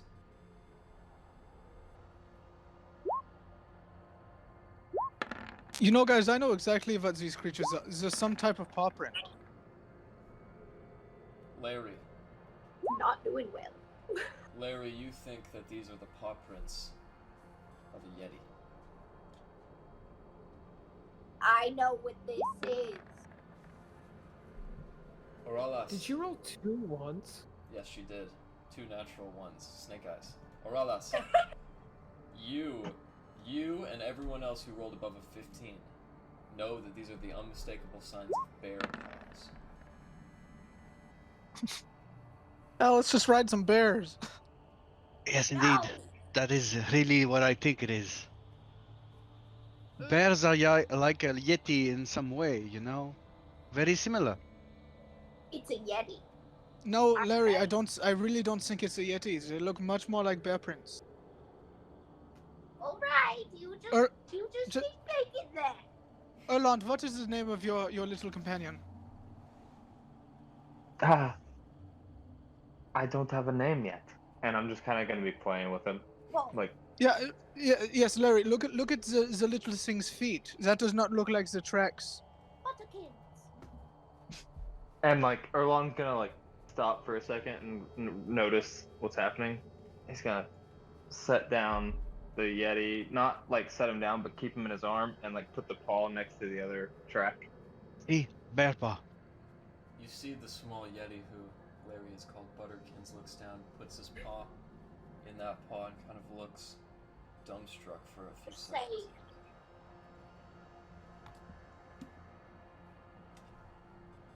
So we don't look for any bears unless those are the mounts they spoke about. Do we have any clue? I believe that is what these are. So I would I like just- me a bear mount. At the moment, I'd really just prefer if we keep moving, quite frankly. As long as you're in front, my friend, you seem to be handling it quite well. I'll be No. covering you for. Yes, and I'll pull up the rear. As you continue following the tracks, you journey on for about an hour and 27 minutes. As you do so, the sunlight inevitably falls, and you guys are in near pitch darkness with only the very dim light of the Oriel above you. You guys can only How see windy is it? It's fairly windy. I would put wind speeds at about 45 miles an hour. And, So, trying to light a candle is moot. that is true. However, you guys can still This damn barely- thing won't light. You guys can make out the surroundings like you would a field on a very dark night with a bright full moon. As you continue now, And if we have dark vision, if you have dark vision, you can see perfectly up to 60 feet, and then dim light to 120 feet. So you can see very well. Now, So, go ahead. Oralas, if you want to take the front, and I'll take the back, I just kind of know that you and I, it's not hard to see right now. Actually, I'm pretty comfortable in this environment too, so I don't Yes. mind maintaining the front. Dwarves are the best for that kind of thing. Plus, they never stump their heads. New D&D guy thing. My bad. As you continue following Glen's lead, Glen, you follow the tracks, and in the darkness you almost stub your toe on it, but you notice it first. An etching hand, reaching, frozen in place out of the snow. As you inspect it, you see black fingerprints killed by frostbite. And as you get even closer, Glen, you see the dog sled, bereft of any steed, and the rest of this dwarven body. I put my hand out behind me and whisper, like a loud whisper, like a hold it, everyone, stop.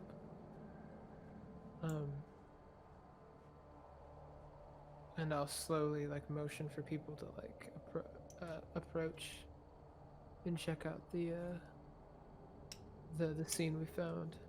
Are there any shiny things on this thing we found? There are. Roll me an investigation check.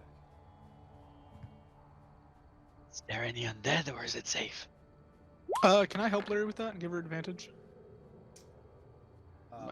Not advantage, however, I will say with the combined effort, you both can look at it. Also, Larry, if you want to, on your initial pass, you can add your inspiration. Oh yes, oh yes. Okay. So, Larry, as you dig your hands in, you don't see much, or as much as Rez, I should say, but you do find something. One particular shiny catches your eye. It is a wedding band that is stuck in this dwarven woman's pocket. As you bring it out, it's made of platinum. Ooh. Larry, pocket frantically and backs away, like a dog with a treat. Go roll me a sleight of hand. I think you wanted to be discreet. Oh yes, oh yes.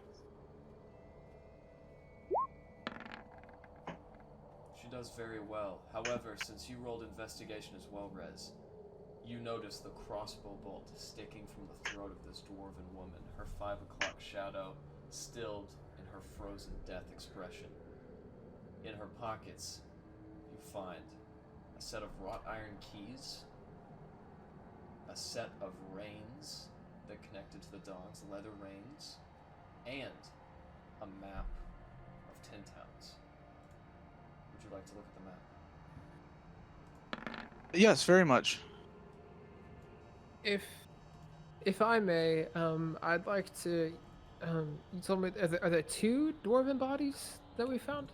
There is just one. But the There's just hand one. is removed and in a separate location. In a separate location.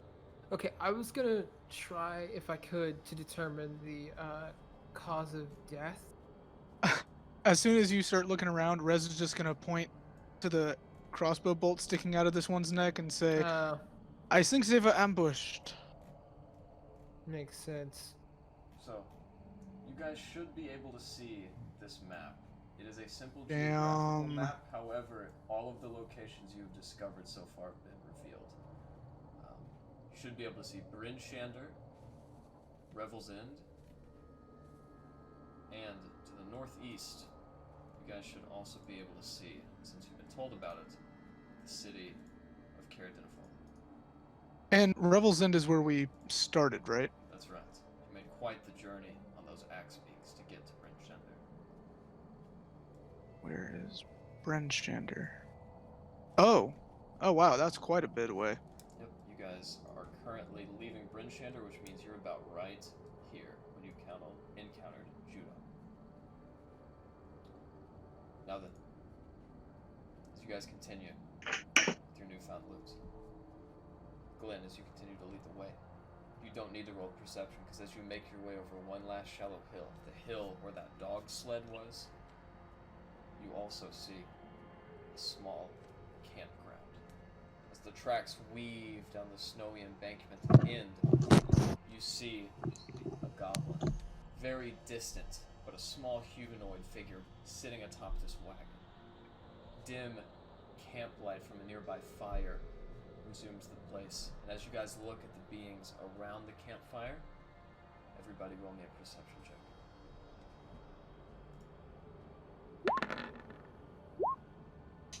Okay. Glen, you can't quite make it out this time as the whipping snow and wind is just too much. However, Larry, you finally get that eye working just right, and you see them, as well as you or us. Around the campfire are 4 figures. 2 goblins, 1 hulking, furried mass, orcish face, and these bear-like ears that tip down. Next to that bugbear is another goblin, dressed in these very strange, lavish pink clothes. He has a conical hat above his head and seems to be dancing to and fro. About 300 feet from you guys now at the bottom of this snowy ravine. It seems to be too dim for them to quite see you. What would you guys like to do? Make friends. Are they dancing? Is there music? Let's make friends. For once I am in agreement with Larry. I feel like we've neglected the need to speak to creatures before opening with force, so maybe now would be a good time to make some friends. Everybody go ahead and drop your tokens around the dog sled and the dead dwarven body. Aren't these the ones we're here to kill? But if we talk to them, we might be able to figure out, where the copper and such is. I believe it's Shiny copper. bronze that we're looking for. They both look the same.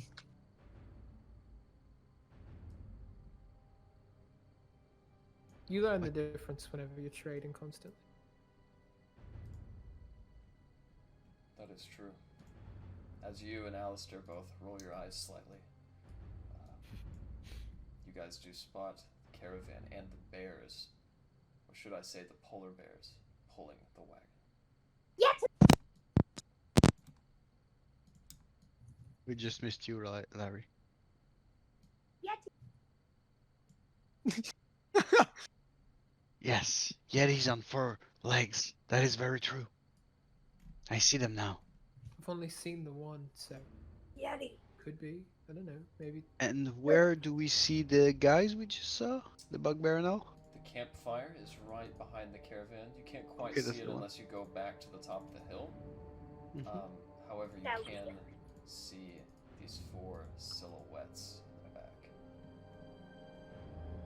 Shall we get Oh. jiggy with it? So is this like a natural kind of bridge right in front of us? Yeah, that seems to be the kind of cavern-like entrance that Jura was talking about. I should say, Larry, as you did quickly bring that ring into your pocket, you did see an inscription on it, but not what it said.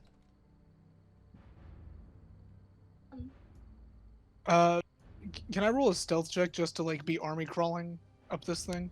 Sure. We'll say you won't need to, and that check itself is an advantage. Yeah, you guys are really well hidden. Unless you light a fire or do something else to distract, they will not be able to see you. Yeah, so Rez is just gonna lay down as flat as he can up here, just to see what's going on. Okay. Yeah. Alistair's gonna take a spot and just kind of be crouching down and watching with And his gun Larry ready. is going to stand right here. I'm gonna pull out my my heavy crossbow, and also approach a space where I can see. Where the hell am I?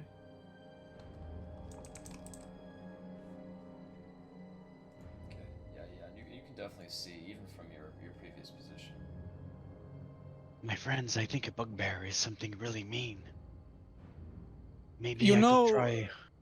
Yes. They're having If we want to try to talk to them, I can make myself look like a goblin.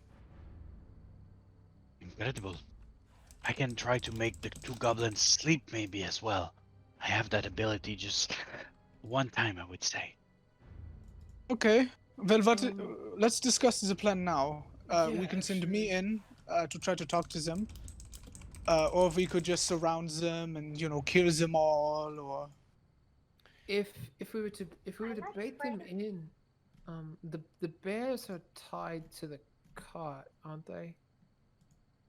what if we surprise the bears and get the cart out of there? That's definitely that could be a plan.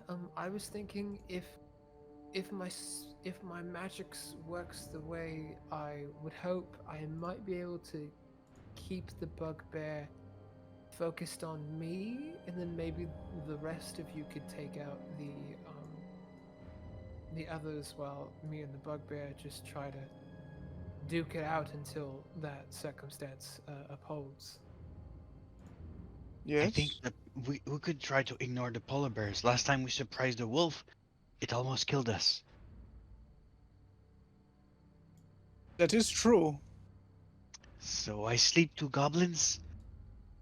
Maybe the third one as well, I don't know. Wait, you can speak to goblins? No, I can sleep goblins. Ah, sleep them. Yes. Really, for me, in terms of magics, should we hold on and let you get the cameras back in order, Garrett? Just then, immediately, the rock tumbles out of Larry's pocket as it begins to slow down the snowdrift behind you guys. You see the vision I love of this. a dragonborn appear suddenly from out of sight. Gasper, for no reason at all, would you like to describe your character? This was very intentional. That was a good night's sleep. No idea in this was. Get down! Get down! Oh. I get Put my your rope. body underground.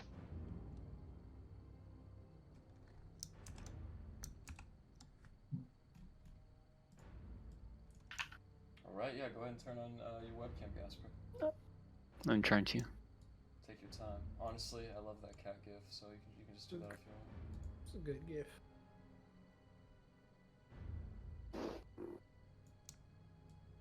Woo! Yes, sir. Yes, sir. Seventh party member. Alright. As you look down, Otaku, you see a number of goblins sitting behind a massive wagon. As you guys look at this wagon too, massive, huge elk antlers sprawled from the front of the cavern, or the caravan. The caravan itself, the wheels, are these massive, spiked pieces of machinery that churn the snow. However, they are in their stilled motion, not moving at this time. So what is the plan, you all? Real quick, I just want to let you know, suggest.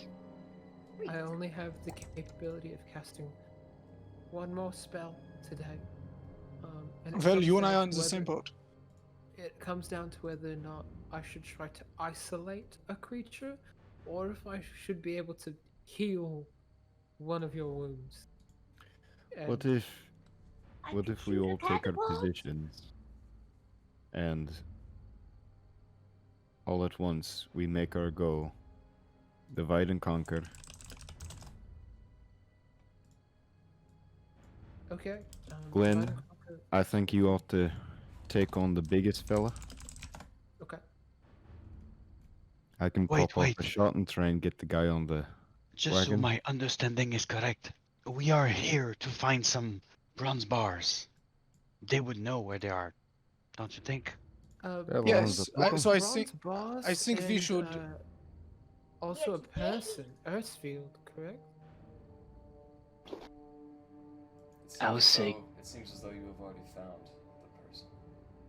Oh, It- now that I think about it, I think maybe that person we stumbled upon might have been the mark. So I agree with Alistair. I think we should all take position. Then one of us could try to talk to them if that's something we still want to do. And then if it goes sideways, then we all come out. If you want to go in there alone to distract them, be my guest. But I'm sitting right I'm never here alone. with my gun.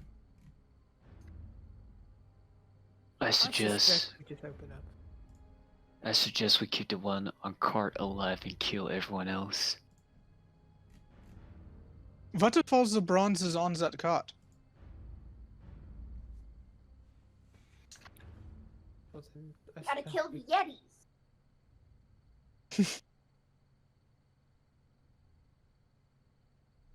Okay, Should I so- try to make Sleepy the one in the pink? Should he be the leader or is he the dumb one? How much of a magical capability do you have left? I need to protect myself if I fight really close, but I can make one nice sleep. I'm pretty convinced. Should we? Okay, I suspect we probably need to open this soon. I feel like we're definitely in the path of something here. Should we open up and then, Aurelus, you, like as they're approaching, use your capabilities to put a number of them to sleep? I think the best plan is actually that they go towards us, and as they are unaware, I sleep the ones in the back. Indeed, yes. What if we wait? What if we wait for them all to go to sleep or start moving, and then we can ambush them?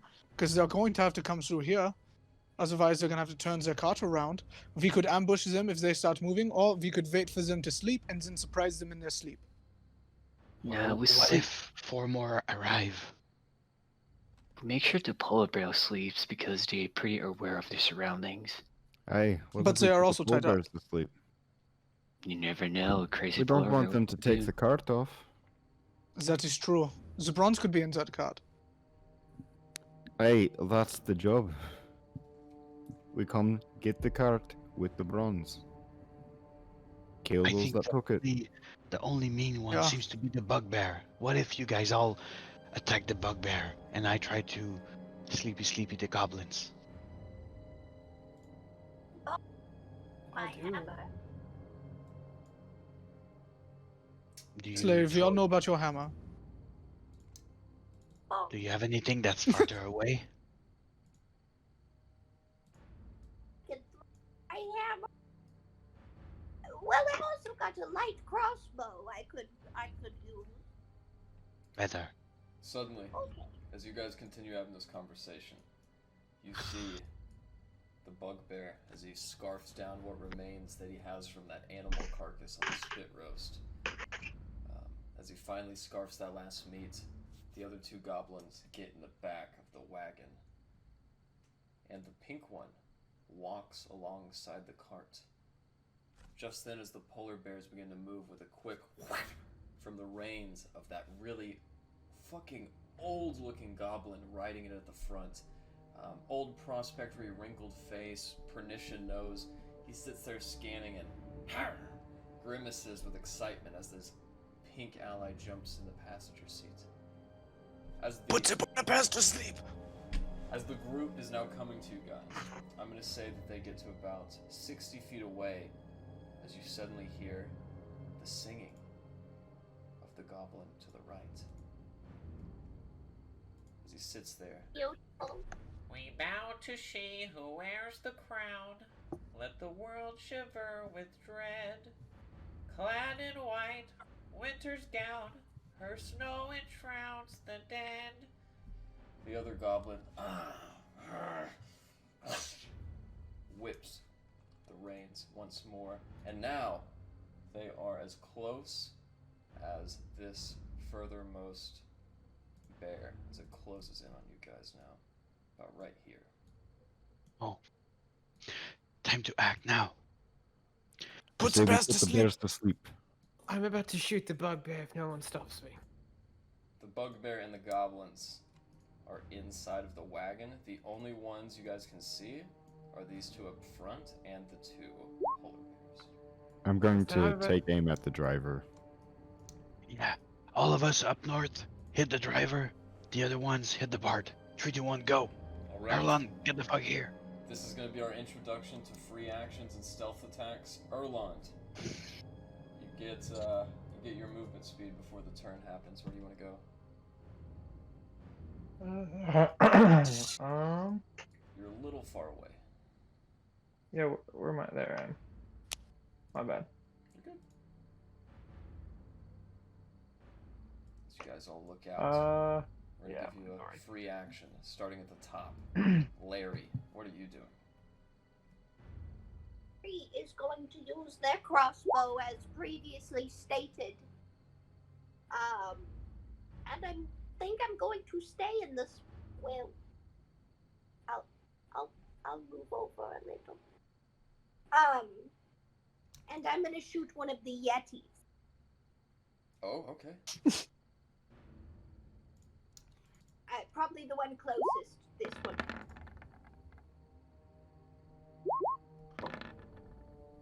All right.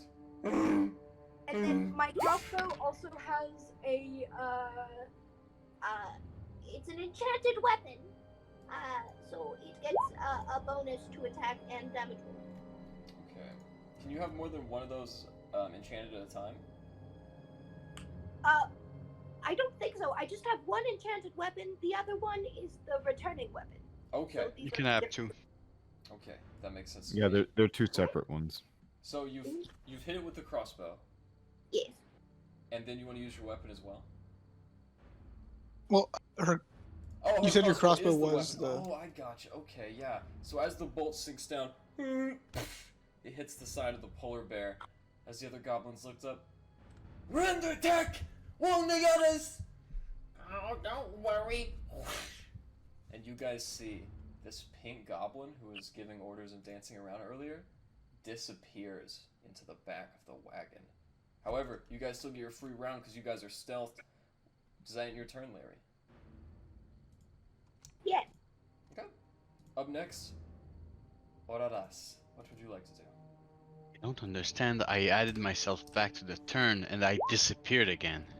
Yeah, That's don't worry. crazy. I can see you, but you guys are having problems, so I'd keep deleting you on purpose. There's, Ah. there's 5 of you in my turn order. Oh, that's why. Okay. Yeah, Okay. so that's okay. You're good. As long as you see it. Okay. Fuck this. I will. So we don't see the bard anymore. I'll just shoot the driver. Should I? Oh yeah. I'm shooting the driver. Light crossbow. No, light bow. Here we go. It's here. Short bow. Nice. Okay, and you're aiming at the Does it hit? driver? The driver, does it hit? It swings wide and hits right over his head. Boom! As it is right over his bald scalp, he looks around. Hurry up back there! We ain't got no time! And I will get ready to be here. And that's my turn. Okay, on initiative turn 20, the wagon, guys, is going to get right here. So the back part of it is just to the back. And these guys, the goblins, the bugbear, all of them finally pull out. As well as a couple more goblins that you guys did not see initially. But, as this happens, nothing to do to stay the stealth attacks.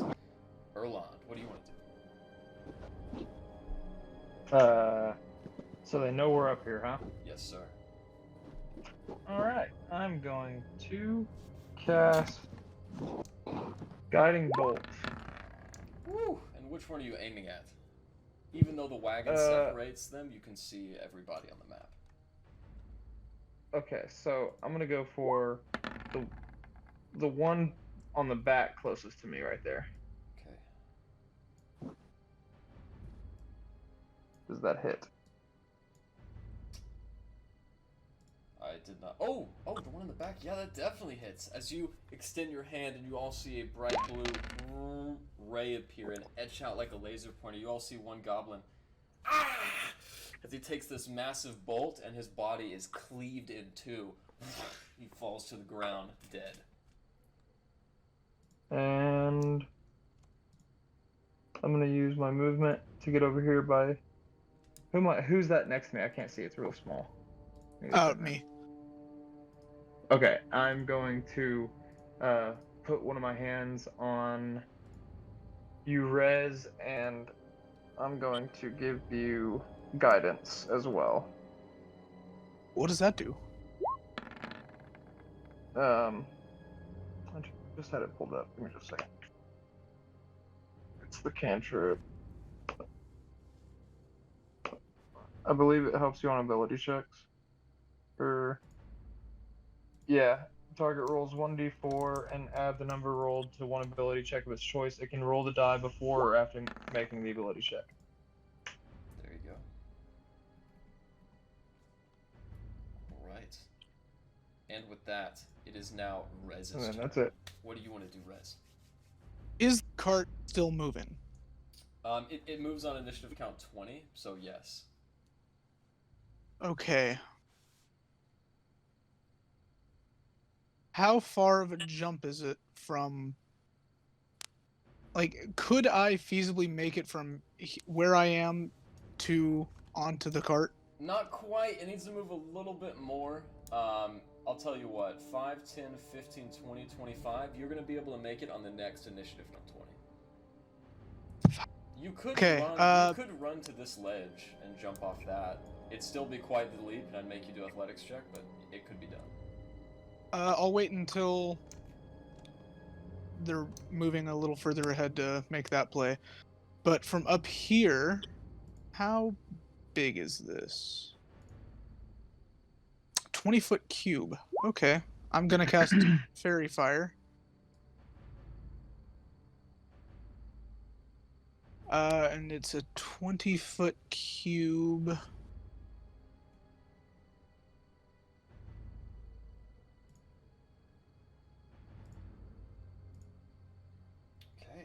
Okay, and I'm going to cast that right here. Ooh, okay.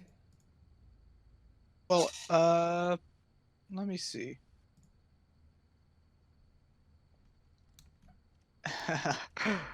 Right here. I'm getting all of them. Okay, nice. Yeah, so do they need to make a saving throw? Yes, I believe a dexterity save. Alright. Each object within 20-foot cube. It's dexterity saving throw. Yeah, dexterity save. And they each, whoever fails, sheds a 10-foot dim light. And everyone has advantage against whoever fails. What is the DC? 15. Okay. Oh my god. I rolled for all of them, and every single one of them failed. With that, you guys Have fun watch, with your advantage, boys. You guys watch as this light cloaks them. As it does that end your turn, Rez? I still have a bonus action. So... Oh, I don't know if this helps on the guy that I hit with that guiding bolt, but he, I gave... Oh, hang on, I had it pulled up. The next turn has advantage. Do the One mystical attack. dim Oh, light. he's dead. You also killed the one that you Okay. hit. Yeah. For my bonus action, I'm going to look at Erlond, and I'm going to say, "Thank you, mein Freund. You have been very good to me in these short moments we've known each other. Now get out there and kick some ass." And you get a Bardic Inspiration. Nice. So, Bardic Inspiration, 1d6, open on an explanation. But as you guys watch this sickly blue and green light befall on all of these creatures, they're illuminated and you can see them well. And then the pink goblin steps out. Kill 'em all, boys! We'll be eating fingers and nibbling on toast tonight! And with that, the stealth ends and they will have their next turn. However, it's not their turn next. It's Alistair's. Alistair, as you start, what do you want to do? Alright. Am I close enough to jump onto the wagon? So if you run, do like a crazy Prince of Persia drift down this little line to your southwest. Not that orange one, rather. And then at the bottom were to leap, you could span that 10 feet gap and land on top of the wagon. Okay. Could I do that? Could I make an attack and then do that? Sure. Alright. So I'm going to pop off around at the driver with my flintlock. It's a 14. Right. The driver, huh? As you guys sit there seeing this old goblin, skin so old and tawny it's almost black with how dark green it is. As he looks up, oh, we've got trouble! The bullet ricochets right over his shoulder. Missing. Alright, and now I'm going to make my run. I'm sorry, you had advantage. Yeah. The bullet erupts in his chest. Oh! Go ahead and roll for damage. Here we go. Hell yeah. As you watch him, he jumps out of the out of the caravan for just a moment, clutching his chest before he falls on the ground and dies. Alright, I'm going to make my run and slide, and I'm going to leap to take his place. Beautiful. With that, ending your turn and following up, Glen, it is your turn. And I'm going to try and grab the reins when I'm there. That's all, just for flavor. Oh, so you did go down and jump, huh? Yeah, I jumped down on there, and I'm grabbing the reins. What is your strength score? My strength score is a 5. Wow. Go ahead. Damn. You should not be able to do this. Go ahead and make me an athletics check. Okay. I really Such hope a penalty. this pays off. Such a huge, gross. Okay. Okay. As you go to leap down, you jump. You surpass the DC, but because your score is so low, you make it to here. Unfortunately. All right. So the cart's I still can live with moving, that. but with a dead driver. Indeed. He did. So I'm next to the cart, I guess. Yeah, he did rank back the reins a little bit, but not enough to halt these polar bears who are still moving. Is that your turn? That's my turn. Alright, Glen. What do you want to do? I like his idea, so if possible, I would also like to try to, if I have the movement available, to leap onto this cart. Okay. Yeah, you're gonna have Do to... I have the movement available? You know, it's hard because I know I need to make a check. You're about 20 feet above the ground right now, and it's just too far away. Too far. Even if you go over here and jump off the cliff face that Alistair did, it'd take up all your movement. It'd take up all my movement? Yeah, just to get over to this cliff face, it'd take about 30 feet. Okay, so just to get to the space Yeah, I would if need you want to to count it get- yourself, each square is 5, so 5, 10, 15, 20. You can get here with 25. I can get there with 25? Okay, that takes up all my movement, yeah. Okay. Could he jump if it passes us? Could he like jump you here? could wait for initiative count 20 and say I'm gonna hold my movement and jump when it passes over me. I think I'll just instead. The driver's dead, you said? Yes. And I have visual on these other goblins. What about that? Yep, and that's only because of your height. If you were to jump down, they'd be behind the wagon and hit. Okay. Well, then I will choose to take my heavy crossbow, and I'll shoot at the one that's in the front. Okay. So let me roll for that. Nice. That hits? It does. Let me see that AC real quick. A narrow hit at that, and as you sink your crossbow, you latch it, and as you look through the sights, you let loose. The bolt catches this pink goblin in the throat. And as he dies, the tears out of his skin. You see him bleeding out in the snow. And then the blood goes back into his body, and he almost levitates back into place. Oh, fuck. Okay. Well, if that's the case, then you said I'm like 20 feet above the ground? Yes. I'm jumping off. Okay. I'm gonna jump up into the snow. Alright, as you jump off into the snow, there's going to be a damage penalty. Go ahead and make me a dex save. Dex save, you said? Yeah.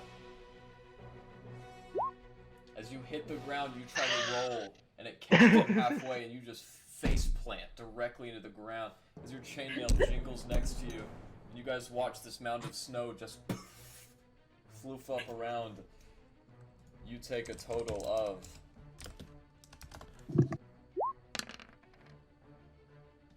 Oh, I'm sorry. Let's see here. Yeah, okay, you take a total of 1 points of bludgeoning damage. That is the luckiest thing I've ever seen. Okay, thank God. Now, you are prone. That's okay, I'll take that. So your turn is over. Now, This man is made of metal and courage. Oh, wait, so Glen just did what? he Just jumped off? He jumped off the top, face plant on the bottom, and ended his turn prone, face down right here. And actually, It's Oh, basically that's like a Fox swan episode, dive if into you've the seen snow. it. If you've seen that episode of Cops where the cop is chasing the criminal, he jumps off the overpass. That's the one. yeah, you look down and the criminal's running away.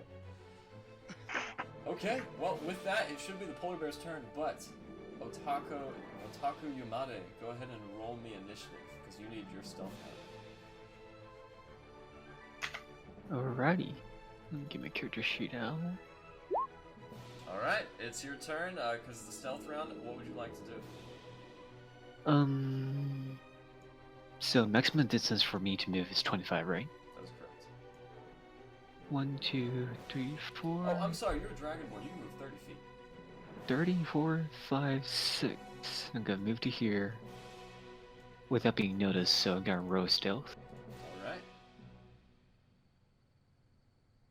And you have advantage on all these guys as well. Mm-hmm. Stealth. Alright. As you look around, you can see this bugbear with his back turned to you. Brown, brackish fur with bits of blood and what looks like sweat and maybe even fecal matter clinging onto his fur. As you come up behind him, the smell is revolting, but you quench your emotions down deep enough not to squeal. What would you like to do? I'm gonna stab him in the back and then bite him in the head. Okay. Well, let's think here. You can technically do that because you can use your uncanny action to do an unarmed attack. So since you are an assassin, this is gonna auto crit because he's surprised. So go ahead and roll me your attack. I didn't mean to click twice. That's okay. So the the first one hits. Roll for damage. All right, 5 piercing. Roll your sneak attack damage. 1d6, right? I don't know. What's your sneak attack? Second level. I think it's 26. Yeah, it's 1d6. Just double checking. And you're gonna add an additional 4, so that's 15 points of damage because of the crit. Dropping his health down to 13. As you sink your knife in and pull it out, you see this guy turn around. What do you think you're doing? As you do that, And then, I will remind you, you have a bonus action. yeah, about to do a back row and pull out some distance. Alright. Bonus action disengage. Yep. Okay, using your bonus action to disengage. Great. And you want to get there. Okay. Up next, because we went all the way down the chart, is the polar bear's turn. They can't do much, but seeing a face they don't remember is not a pleasant sight. And although they're not moving on their turn, they do look around and see one Alistair. As they smack you with their claws. Alistair, does a 14 hit? It does not. Okay, perfect. The other one's turn comes up, and he is just too far away from Glen as he tries to grab at his head. Up next, it is the goblin's turn, the top of the chart. Goblin 1 is going to come out. Goblin 2 and 3. Boom, boom, boom. They're going to start loosing bolts overhead. So,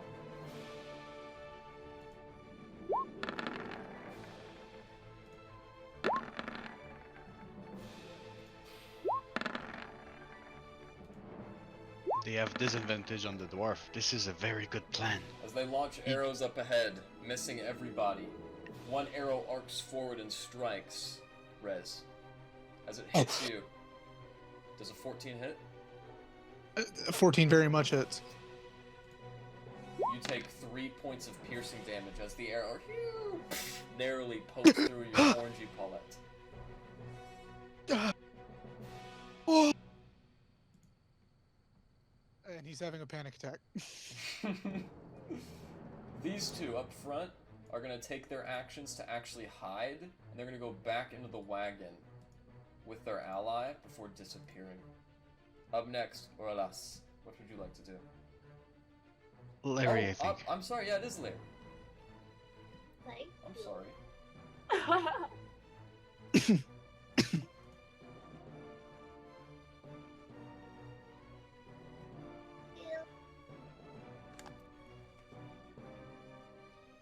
Emma, Can hear you.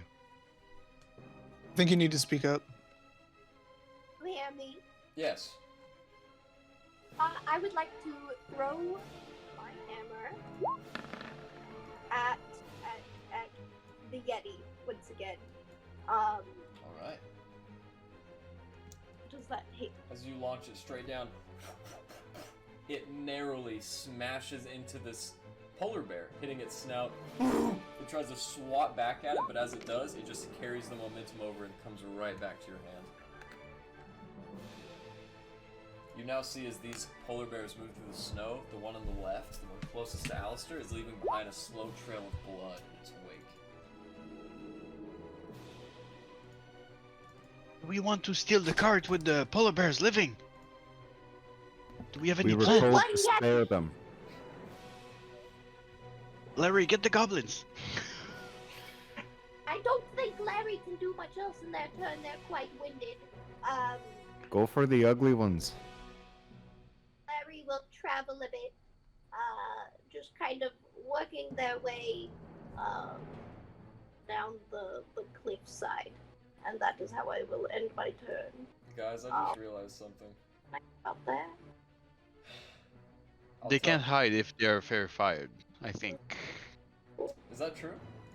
I think they cannot go invisible, so hide and invisible, I don't know. Oh, well, Yeah, they're not invisible, they're With just very hiding. far. Yeah, they're. I think it's fine. But one thing I was looking at is, as long as I'm concentrating on it, whoever was in that cube originally, will be marked until. It's not just if they're in the cube. Right, yeah, if they fail the dex, they're in it forever. You're right. Yeah, they're glowing. Yeah. But you have to do a con check though. Oh, that's 'Cause another you got thing. hit. Yeah, make a con check. Oh shit! This is my first time Constitution having to saving do this shit. Are we rusty? throw. Dude, we are so rusty today. You're Hey. good. Yeah, you pass it. Yeah, the DC, yeah.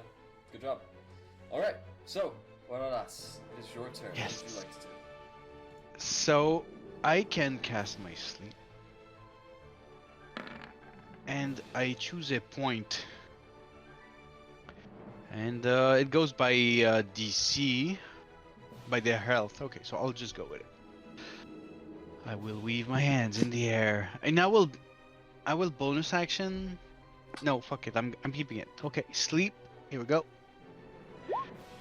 So I will choose Damn. this point here. 5d8. Did it roll it? Over here? Okay, Oh and what's the radius? 20 feet. So roll 20 is frozen for me right now. It's I okay, cannot 20 go in the feet? chat. Yeah. So 24 points. Do you see the 5d8? Okay, Oh, I'm gonna yeah. roll it. Yeah. Okay, 24 points. So starting by the lowest elt falls to sleep, and then moving on to the next, and next, and next, and next. Okay. Alright. As you guys look, this bugbear here and this goblin still seem awake. However, you do know there were creatures inside, but you don't know if they're affected because they're currently hidden. And yes, this is my turn. I'll stay put for now.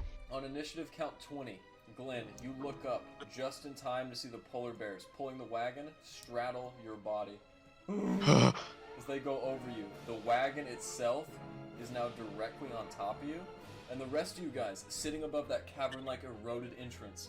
As the wagon comes directly under you, you watch the bodies of 3 unconscious goblins fall out limp in the back. The wagon right now, Glen, is literally on top of you. Now then, Otako Yamade, as your first actual turn begins, as stealth is over, what would you like to do? Is the pink goblin still hiding somewhere? He is rolled out right here with the other goblins. They all fell out unconscious. Okay. I'm gonna run straight to this brown bear and kind of hop on his head and wrapped it with my tail. No, I don't have a tail. You do. Wait, Dragonborns do? I Yeah. thought I don't. Some don't. Yeah, Some don't. it's a choice of Didn't- you. Do you have a Did I tail? have a tail? Yes, I do have a tail. I'm gonna wrap his neck with my tail and hang myself upside down and cut his back. Damn. Okay. Fucking acrobatic. Get off me! My character's got a flamethrower. I forgot to mention. As you do this elaborate trapeze and go to stab on his back, he just sits down abruptly and shakes you off of him, and your dagger does no damage. So I have a bonus action, right? You do, and an uncanny action. So since I'm like near him, so I'm gonna use my uncanny action just to step backwards and shoot him with my bow as my bonus action. Okay. Will that work? Yeah, you can use your uncanny action to attack with your shorthand and your bonus action to disengage. So this is going to be your whole turn, and since it's within 5 feet, unfortunately it's going to be a disadvantage. As you go back... But it has Bang. advantage, so it's just a straight roll. Oh, true! Good job. So yeah, that hits. Roll for damage. So true. Good eyes, Eric. I didn't cast that fairy fire for nothing, man. As the bolt hits this very fiery blue translucent bugbear, hits him in the corner. You see him get up. Your turn is over. And up next is the bugbear's turn. As he gets up on 2 feet, you see him swing out, now 10 feet away from you, and he lunges forward with his massive arms. As you see them come around, you don't see it in time, but he does uncover a huge mace-like device. Big hammer with spikes protruding. As he goes to hit you with his Morning Star, he misses. Oh yeah. Up next, now that they are asleep, do they get a wisdom save to come back awake? Good question. Let me see. I'm gonna go back up and look at your spell. I only saw the rolled health, so I did not get to see anything else. Did you cast? It's a minute. Okay. What did you cast? Sleep. Okay, if it's If- sleep, yeah. It would be If they are shaken by inaction, shaken and slapped. Yeah, so with them falling out of a cart. I won't count that. It's some soft, very Yeah. high impact snow. So with that, Otherwise, Erlond, it's a minute. Yeah. What would you like to do? I am going to. Hang on, let me pull up my character sheet. Sorry, it's just. I am going to cast another guiding bolt right on these guys down the ridge. Oh wait, where's my mouse? There it is. Right on these guys right here down the ridge. Okay.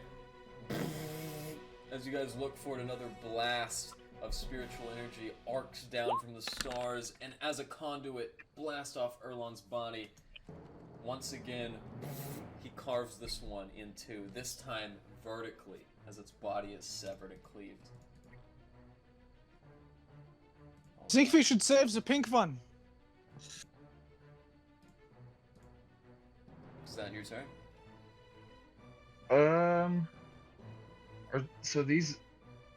What are these on top of us? They're not on top of you, they're under you. Those are the polar bears pulling the wagon. Gotcha. Okay.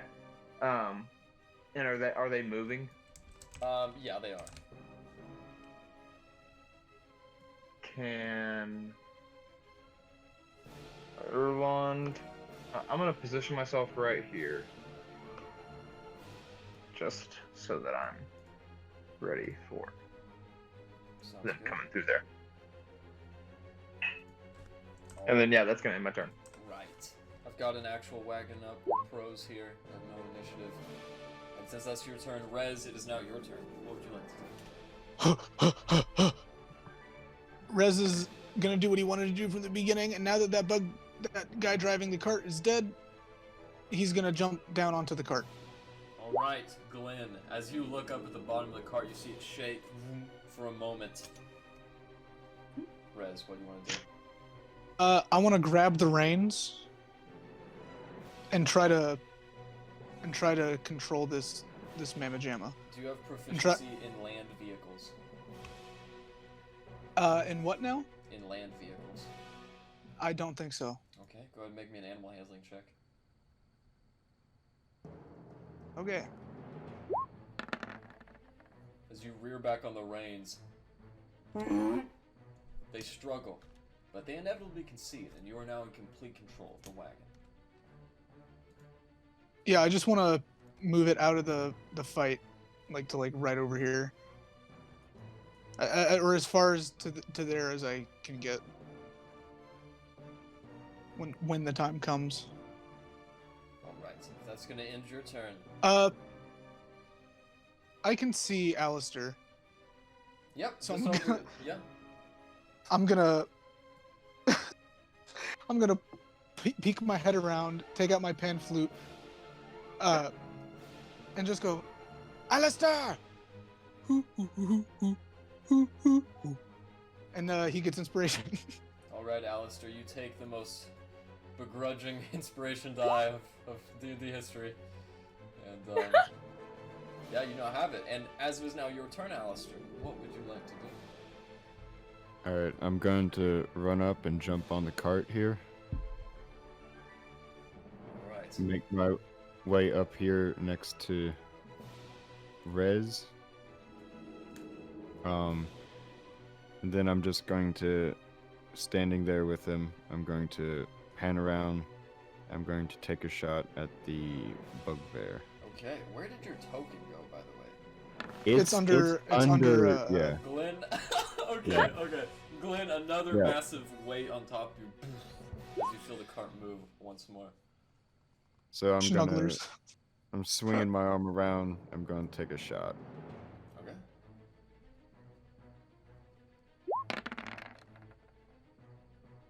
Oh Wow, shit! Who is that as? With advantage because he's fairy fired, so that's a crit. Woo! It's about time you guys rolled 20. Alright. I'm gonna take my damage. Alright, so Damn. the way that works is, yeah, that's actually a good roll. It did it for us. Yeah, so that's a 4 plus 8. +1. Oh, yeah, so a total of 13 damage on this mamma jamma. Yeah, this As he baddie goes right back back, there. trying to finish off the fight he started, he brings his massive, 7-foot-long furried arms as he goes to bring down his hammer. How do you want to do this? I want to steady my aim, take one breath with one eye closed, take the shot, and I want to just shoot through the back of his skull and his face just explode out.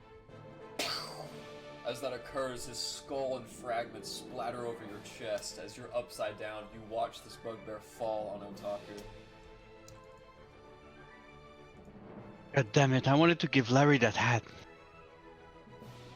Well, the hat's on the pink guy. Right? Okay, good. We're still good. And then, I guess I've got a bonus action. You know what? I'm just gonna feel satisfied, and I'm gonna sit down heavily next to Rez. Right, Just so plop you guys down. look on, the polar bear's I'm frightened. marching. You do notice it has a slight list to the left.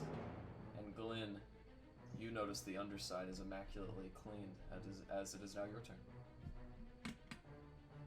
So, being unaware of what's going on necessarily around me as I'm under this cart, I would like to jam my longsword into the bottom of the cart in an attempt to hold it in place. To hold the cart in place? Yeah, to like stab through the He's bottom. gonna be and, dragged like, along. via my own wicked strength to keep it in place. Or at least slow it down. This is amazing. Go ahead. What should I roll? An attack? An attack? The wagon Okay. has health. Destroys the wagon in one hit. Yeah. Alright. Okay. As Glenn, as you poke your sword up, it's not the wood that denies it. It's the 50 brass bars that your sword boing, comes into contact with. and you think that's the worst of it, but then you notice, oh shit, I can let go of the sword, but the sword's not letting go of the wagon as it just begins to slowly drag it, etching the hilt into the snow. It inevitably catches itself and falls out, leaving a nice big jagged hole in the ceiling and some rolling on your edge. But it Okay. will heal. Okay. Alright. So So the fortune car fire? has like passed over me, is what you're saying? Yeah. Okay. Great. Cool. I guess I'll stand up and that's my turn. Yeah. I mean, come on, if that was a natural 20, it's probably still It would have been cool. It would have been cool. I don't want to try. Hold. Alright, so it's the polar bear's turn. They don't have anything to attack, so we are going to go the goblin's turn. Could we move the cart?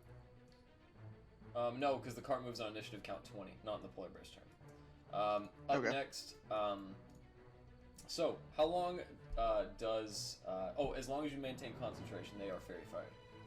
Yeah, and it Okay. lasts 10 minutes, Yep. up to 10 minutes. It has been longer than a minute, so they do wake up from the sleep spell. As these two rally, this guy's gonna run all the way back. As he tries to run, with his back turned to Otaku, he goes to loose a bolt. He aims it at the only guy you can see on top, Orlas. Alright, Orlas. And 8 misses, I believe. The other guy is going to do the same as he comes to rush up to his ally's aid. As he does so, however, he can't quite get a shot as there is a dragon horn in front of him. No good, lizard. He's going to whack you with his war club. Does a 15 hit, Gasper? Does the 15 hit? Yeah, what's Or your AC? yeah. Let me pull out character sheet. Alright, that 14. hits. It hits. 7 bludgeoning damage as he cracks you in the back with his tortoise-shelled club. Can I take half damage of it? Nope, you're not level 5. Okay, oh yeah, level 5, I forgot. That is a shame. That's going to be the goblin's turn. Up next is the cart's turn. So the cart is going to move, unless you guys tell it not to. Are you letting it move? Well, I want it to keep moving forward, but like as moving up this slope Yep. And as far as it'll go. It gets to right here. Glen, you now see the beautiful aurora of dim light ahead of you, and the polar bears are out in front. And it's Larry's turn. It's Larry's turn. All right. Not the Yeti, Larry. Can Not the I- Yeti. Can I run to the cart, but also like attack someone in the middle? Like I run a little bit, attack. Like, is this guy still This guy's still in it? Yeah, he's actually woken up and is frolicking in place. Okay. So I would like to come to about here. I would like to take out my hammer and bonk. Then I would like to continue on my way to the cart. Let's see if my bonk works. Alright. With advantage. Yes, as you bonk him on the head. Owie! Go ahead and roll for damage. I Alright, as think you that's hit him on also the head, no. you see a large acme knot forming as he darts back and forth. And then I scutter up to the cart. Well done. Alright. Opportunity attack? No? As you go away, you see him bring out that club. It's a golden scepter with the head of a goblin on the top. He's gonna go ahead and smack you with it.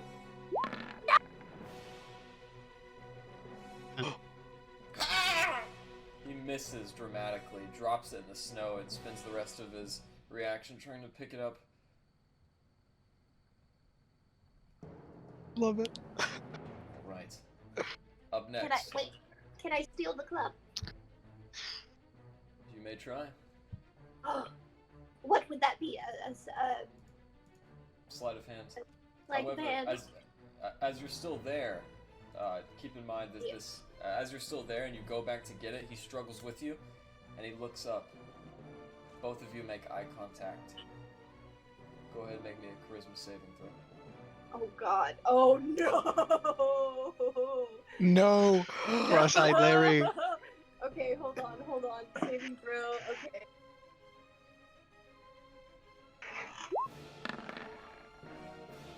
As you have failed to save, you must spend the rest of your turn appraising him. All hail the goblin boy. Oh yes, my brave vassal. He brings down his scepter and begins knighting Larry. Go do good work. Praise thee. Alright. As that ends your turn, it will now... Would come back. Or alas. Yes. What would you like to do? My friends, the little dragonborn is in need of our help. But this one guy in pink gives me the creeps, so I'm gonna shoot him with my short bow. As he's still knighting Larry, In good things prosper, and good things cometh. Thou which reaps what thou sows, seest. gets hit Yeah, with I'll another shoot. bolt. As the bolt hits him 18. in the chest, you see him go to the ground. Larry, you are no longer charmed. But as that happens, as that occurs, you watch as the blood once again gets sucked back into his body. However, this time he looks much the worse for the wear.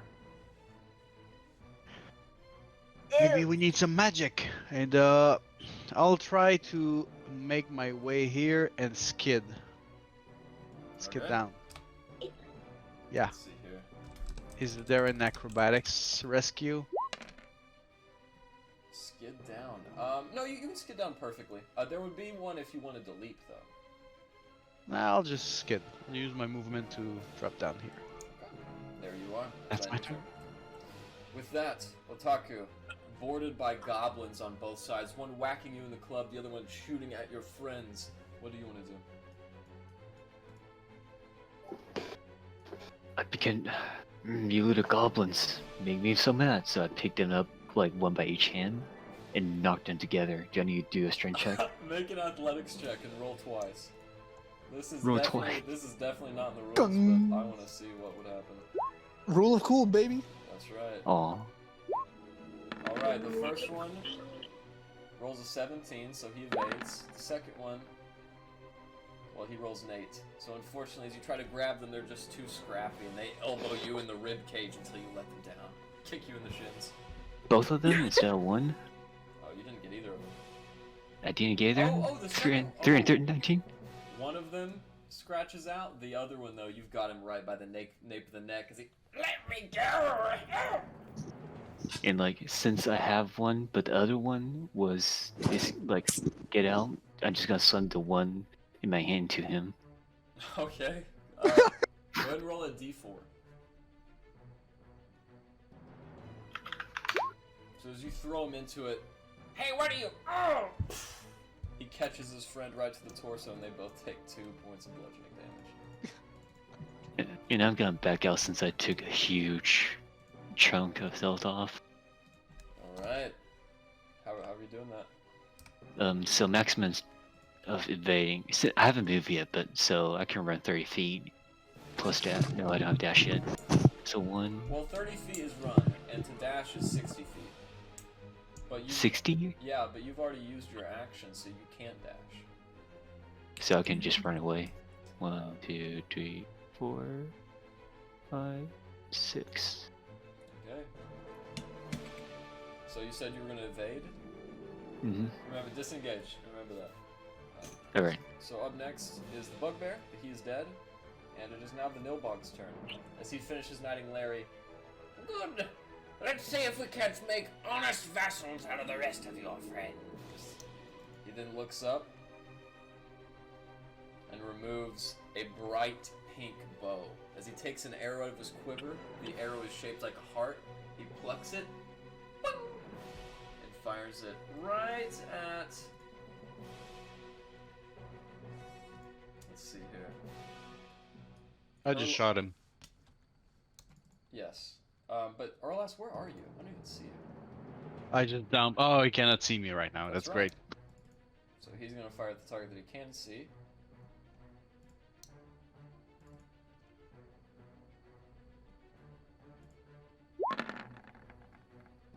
Alright. Does a 14... Oh, your AC is 14. So, that hits you, Otaku. And Otaku is down. As you guys see his body get rocked, the magic form crumbles to the ground, and he is still face down in the snow. His body has not yet returned to the rock. Let's see if Mr. Nilbog gets any multi-attacks. He does not, which means up next is Erlond. What are you going to do, Erlond? So correct me if I'm wrong. Oh, my internet's out right now on my Surface. Hang on, hear you. guys.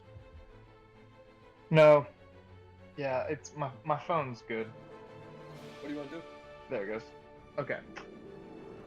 And now we're back. All right. So the wagon is underneath me, correct? That is correct. Yeah, you jumped on top of it. I did.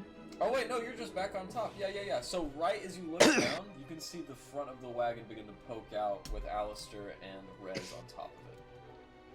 And as that happens, I'm going to how far down is the top of the wagon?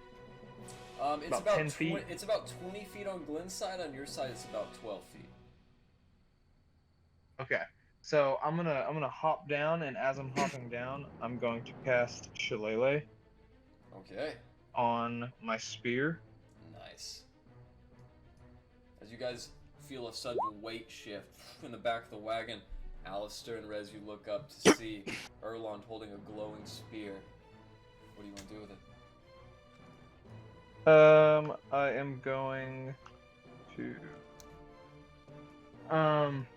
is there anybody still in this wagon? Your friends. Ah, dang. Okay, never mind. I thought they were still in there. We hijacked that wagon, boy. All right. Well, then, I'm going to turn back and cast.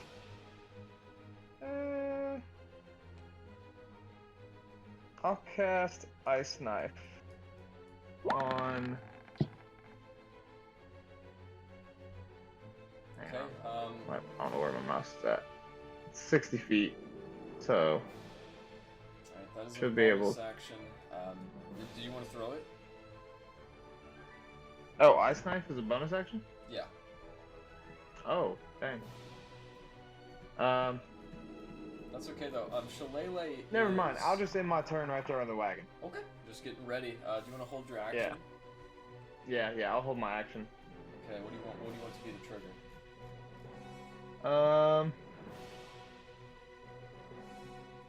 Any sort of damage on us, and I will be prepared with a ranged spell attack. All right. Sounds good. Rez, what do you want to do?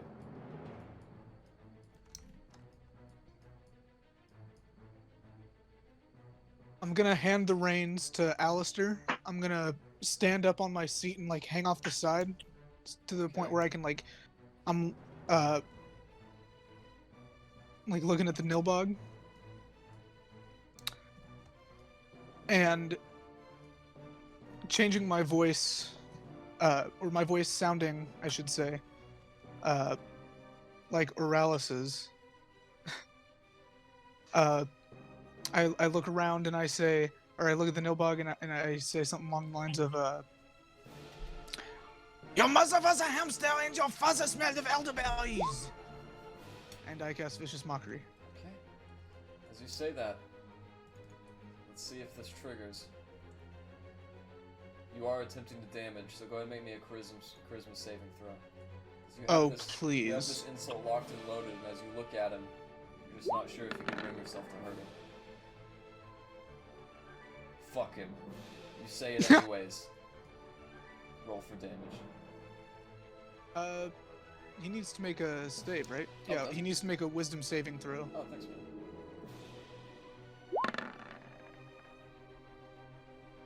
He Ow. fails. He takes 3 points of psychic damage. With that, you see him go and crazed and confused. He as has falls disadvantage over. on his next attack roll. As he falls over laughing.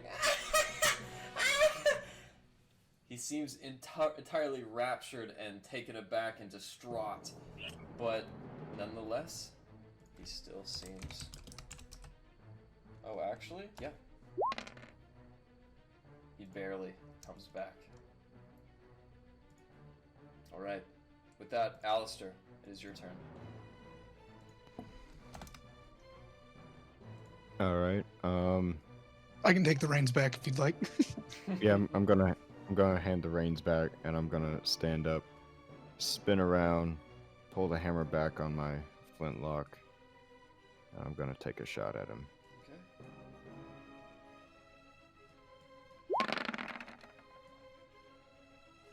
And that does have advantage. Alright, so you're shooting him too. Yep. Alright, as that bullet comes out, he gets back from his laughter. Go ahead and make me a charisma saving throw. Hold on. This is gonna be an interesting one. Charisma. Alright. As you go to shoot, you just can't bring yourself to do it. However, I'll say that you did decide to shoot this goblin, who catches the bullet right in the skull and falls onto the ground. At least you got somebody. That's right. Glen, it's your turn again. What do you want to do? Okay, excellent. I would like to, I think at least, shoot this fool here. This pink fool. Oh fuck, hold on, I got the wrong. This guy? Okay. Ping. Since I lost my sword, and it's stuck in the bottom of the wagon, I'm gonna pull out my heavy crossbow. Okay. And make a shot at him. Larry, as you have your hammer waiting to pounce at him, you look over and you see, as he straps down this crossbow off his back, Glen takes this mahogany gun-like device, springing it back, he fires, and it hits. As the massive bolt crashes into him, you watch as the Nilbog damage. takes the arrow in the chest, grabbing it. Oh, goodbye, cool world. As he falls over, he is unconscious. Okay, now we can save this guy and question him. And I will, just for movement's sake, let's see, I don't know how far I can go. Let me see. I got. I'll move it in there. One small thing. Okay. As you guys watch him die, the body withers, the pink clothing disappears, and a pink mist flies off from his body and inherits this goblin. Nilbog is dead. Long live Nilbog. Long live Nilbog. There, so I can make it too. I think that was my 25 feet of movement right there. It was. Okay, great. And I will move there, and that is the end of my turn. Alright. Up next, the polar bears, which do nothing, and the goblins, which are dead, and Larry, who's very much alive. What do you want to do, Larry? Whoa. So the staff, which I touched with my grubby hands earlier, or tried to. Where be it? The staff. Oh, you Or mean his the- scepter. He has it. He has it. Oh. Well, Larry fears abandonment, so we will run to the cart after shooting the light crossbow at our friend back here. Okay. So would this hit? Still with advantage. It would definitely hit. All right. However, you do need to make a charisma saving throw.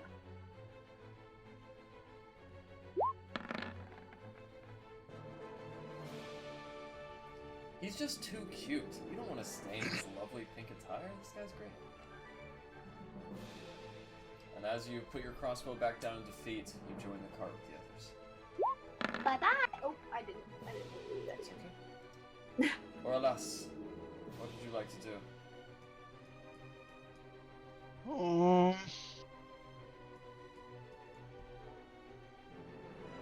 Yes. So I will turn around the corner. I will go 20 feet, and I will. Hold on, let me just double check range for that. It's about 40 feet. Yes, 60. So I will drop the bow, take my wand, sorry, and I'm gonna create a bonfire. For let me click it. DC 14. We'll go. DC 14 Dex for 2 damage, which isn't great, and charisma. I make it. Alright. Yeah, you do. And with that, the fire explodes behind him, launching him skyward a little bit. Ah! Ah! He lands face down in the snow, dead. As you I guys believe see, fire would do it. that's right. And as you guys look around, you see suddenly his body wither and disappear. As it leaves behind the clothes, they fall freely on the ground. You guys now find his golden scepter and a pink cap. Do we split the loot this one time? Alistair is I can't hear you, Larry. No. Oh no. Alistair is very keen to gather up any wood or metals or cloth or leather that is around the battlefield. Does anybody have any healing spells left? I think our friend the Dragonborn is these polar bears are hard to control. Could somebody check on him, please? Are we talking about? All point. As you walk over, you see a very belabored dragonborn. Even in his maiden form, he struggles for breath. Okay, I would like to approach him, and I can cast Cure Wounds. Okay. Which again I don't have on my sheet here, but I can tell you as I click on the spell on this wiki. It's 1d8 plus my spellcasting mod. Yes. Indeed. So let me roll that 1d8. And okay, it just closed. It kicked me out. I That's don't okay. know why. Do you want me to roll it? Yeah, if you want to roll 1d8 for me, that would be great. Then I can Gotcha. tell you when it is. Just 1, I think. And with that, you watch as the bright form of your friend, instead of withering and growing darker, brightens, and he sits upright.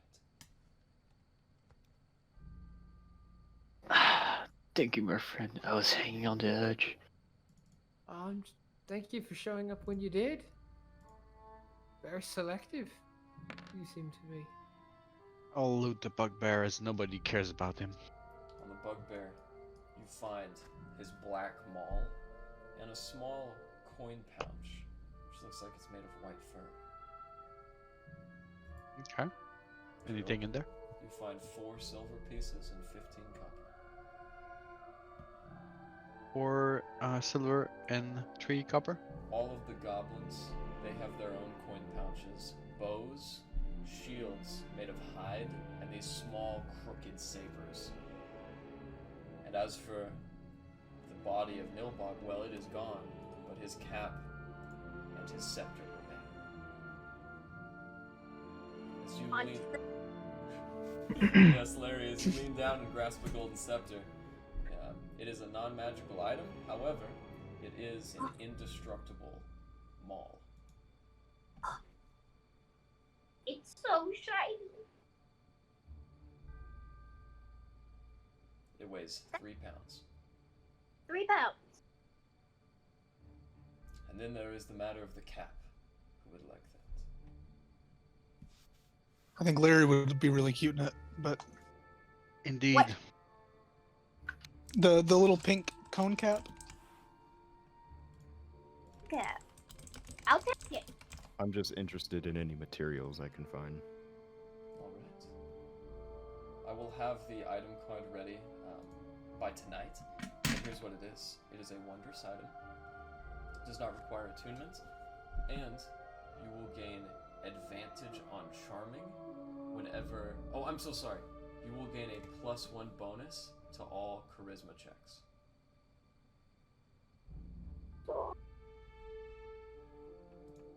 It just makes you look really cute.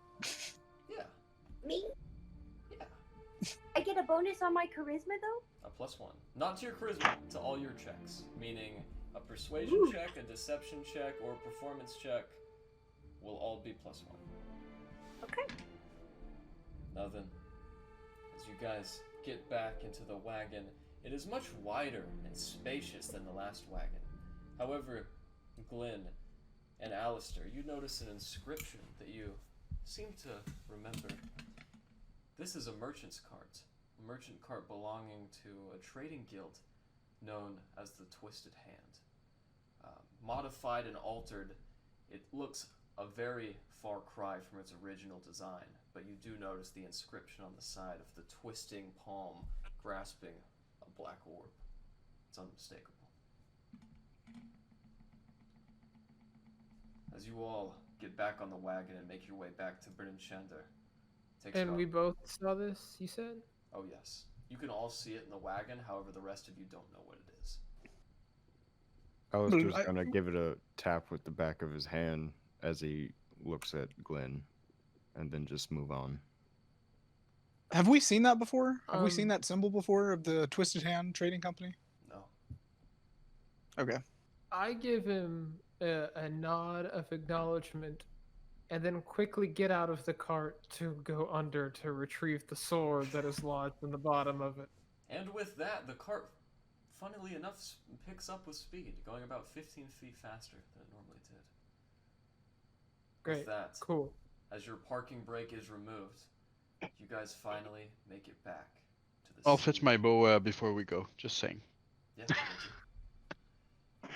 As you guys make it back to the city of Bryn Shander, you notice standing outside is that same dwarf, still manning his post since you left.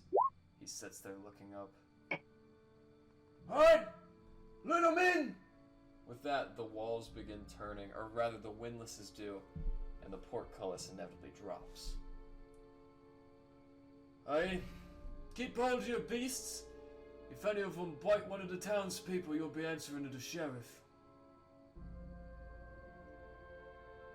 The guard accompanies you as the wagon enters the city. And as Alistair and I believe Rez are riding it, you hop down. The dwarf looks up at you. Hey, I know we really didn't get off on the right foot earlier, but, well, I talked to Hruuna in the town market. She mentioned that you were off to find old Erlond. Well, did you, see anything? He's speaking to me and Rez. That's correct. No. Roll a deception check. Oh. What exactly was he asking us about? Erlond, the girl who Hruuna said was out with the cart, the body that you found. Hold on. I got kicked out. Roll 20. I'm coming back in. That's okay. No, mein Freund. I don't think we saw anything of that one of the nature. Do you want to roll deception as well? Okay, mine should have gone through. To assist him, I'll just be saying, is there anything we need to know about this one woman? Is there anything in particular? Oi, she's me wife. Oh, I understand. No, yeah. Red feeling very conflicted right now. His face just immediately went white. As you guys roll those high dex checks. I understand, well, if you're ever in the tundra and you, happen to find a ring like this one, he holds up his thick pinky and you do see a very small platinum band wrapped around it. Just, let me know. It's a ceremonial gift in our bonding ceremony. Alright, enjoy the city and, feel gracious. Your number did not get cold this time. As he motions towards the square, you all look, and there is a very tall bonfire, about 15 feet tall. There looks to be something strapped to the top, and at the bottom, the townspeople gather in warmth.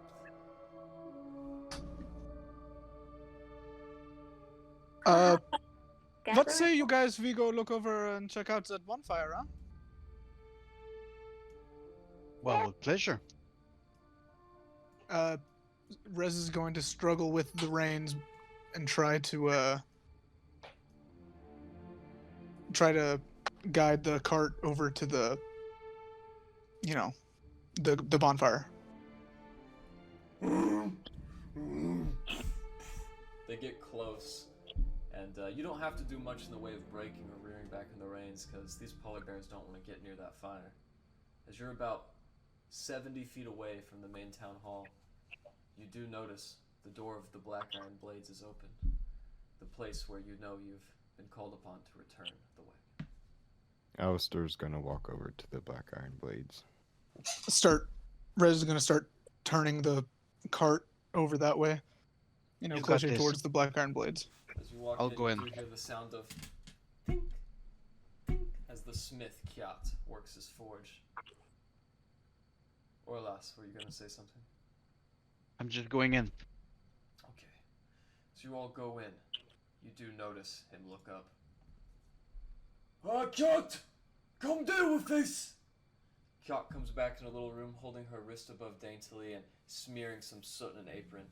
She takes back her goggles. Oh, I wasn't expecting you back so late. She steps outside and kind of leans her head. Oh my god, you've got Snowball and Fluffy look amazing too. Although, Snowball does have kind of a scratch on her head. She goes and pets the polar bear who... Freaking goblins, Goblins are a nasty sort. She opens the back. Do you mind if I inspect the inside? You mind paying And us? find. Oh, of course. What was I thinking? She went back inside. Here you are. She takes out a small walnut case. She opens it. You look inside and see a very pristine black-bladed gladius as it reverberates with a magical energy. It does have a large dent in the side of it, though. Hi. Here's that sword that Cat dinged up. I'll grab it and I will use mending on it. You do notice the edge of it seal out, almost like someone suction cupping a car dent, as it makes that satisfying pop. She looks. Oh, that's amazing! With skills like that, you can replace the old man. And he stomps off and leaves, going up to his bedroom. Mein Very Freund, nice where weapon. would we be able to find that other friend of yours that pointed us in this direction to help you? The one that ever so, forgot to mention the payment. Alright, we'd like to thank them. Oh, you mean Hruuna? Hruuna, yes. Yes, Hruuna. Yeah, that is the one. She's at the bonfire right now. Oh, and before I forget, the sheriff was looking for you all earlier. Something of the utmost importance, he said. Aye, Think you that's can what wait all until after sheriffs the are saying. bonfire? I don't know, sounds like a busy man.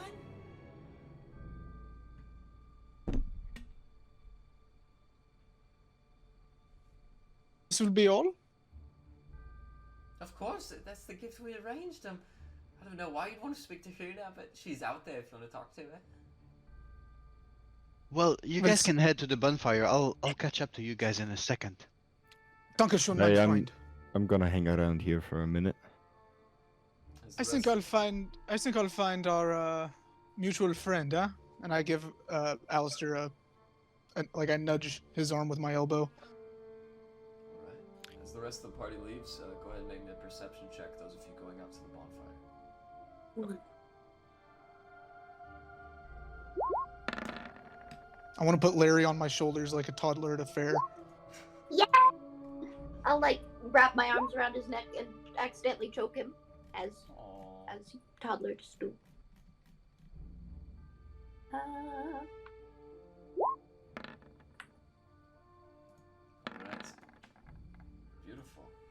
Okay, Larry, you're the first one to see as you bob your head up with your newfound height. You do see the top of a corn-silken, blonde-haired dwarven gal. Light, frothing gold beard that it looks like she's trimmed since she's last seen you. You can see her face revealed in the south side of the bonfire. As you make your way through the crowd, she's sitting there with her two dwarven allies that you saw earlier, Kurux and Storn. As you go up to them, Hruuna kind of bobs her head and locks on your eyes first, Larry.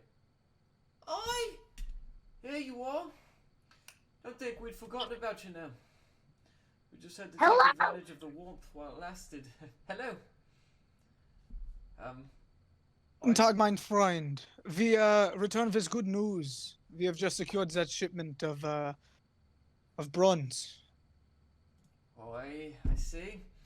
Don't be thinking I forgot about your payment now. Come here and get sorted.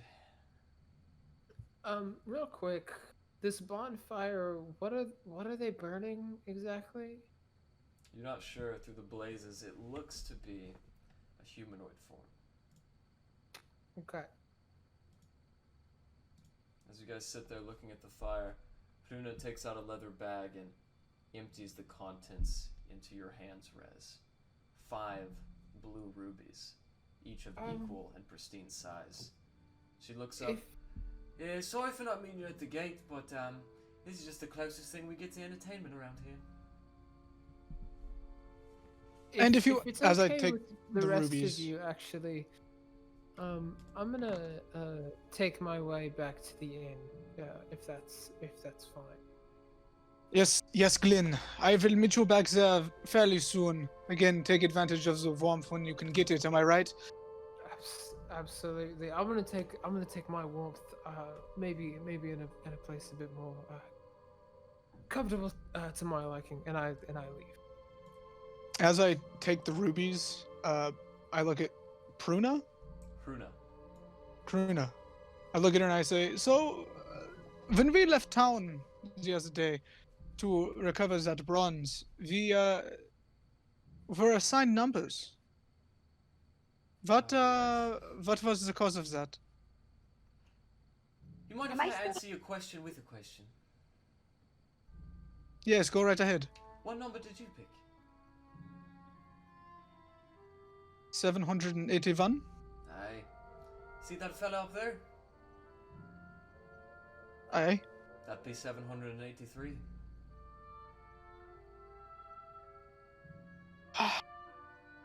So that's what happens when your number is drawn?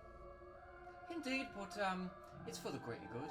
It's either this or get wiped off the face of the map by that old monster. Storm kind of speaks up.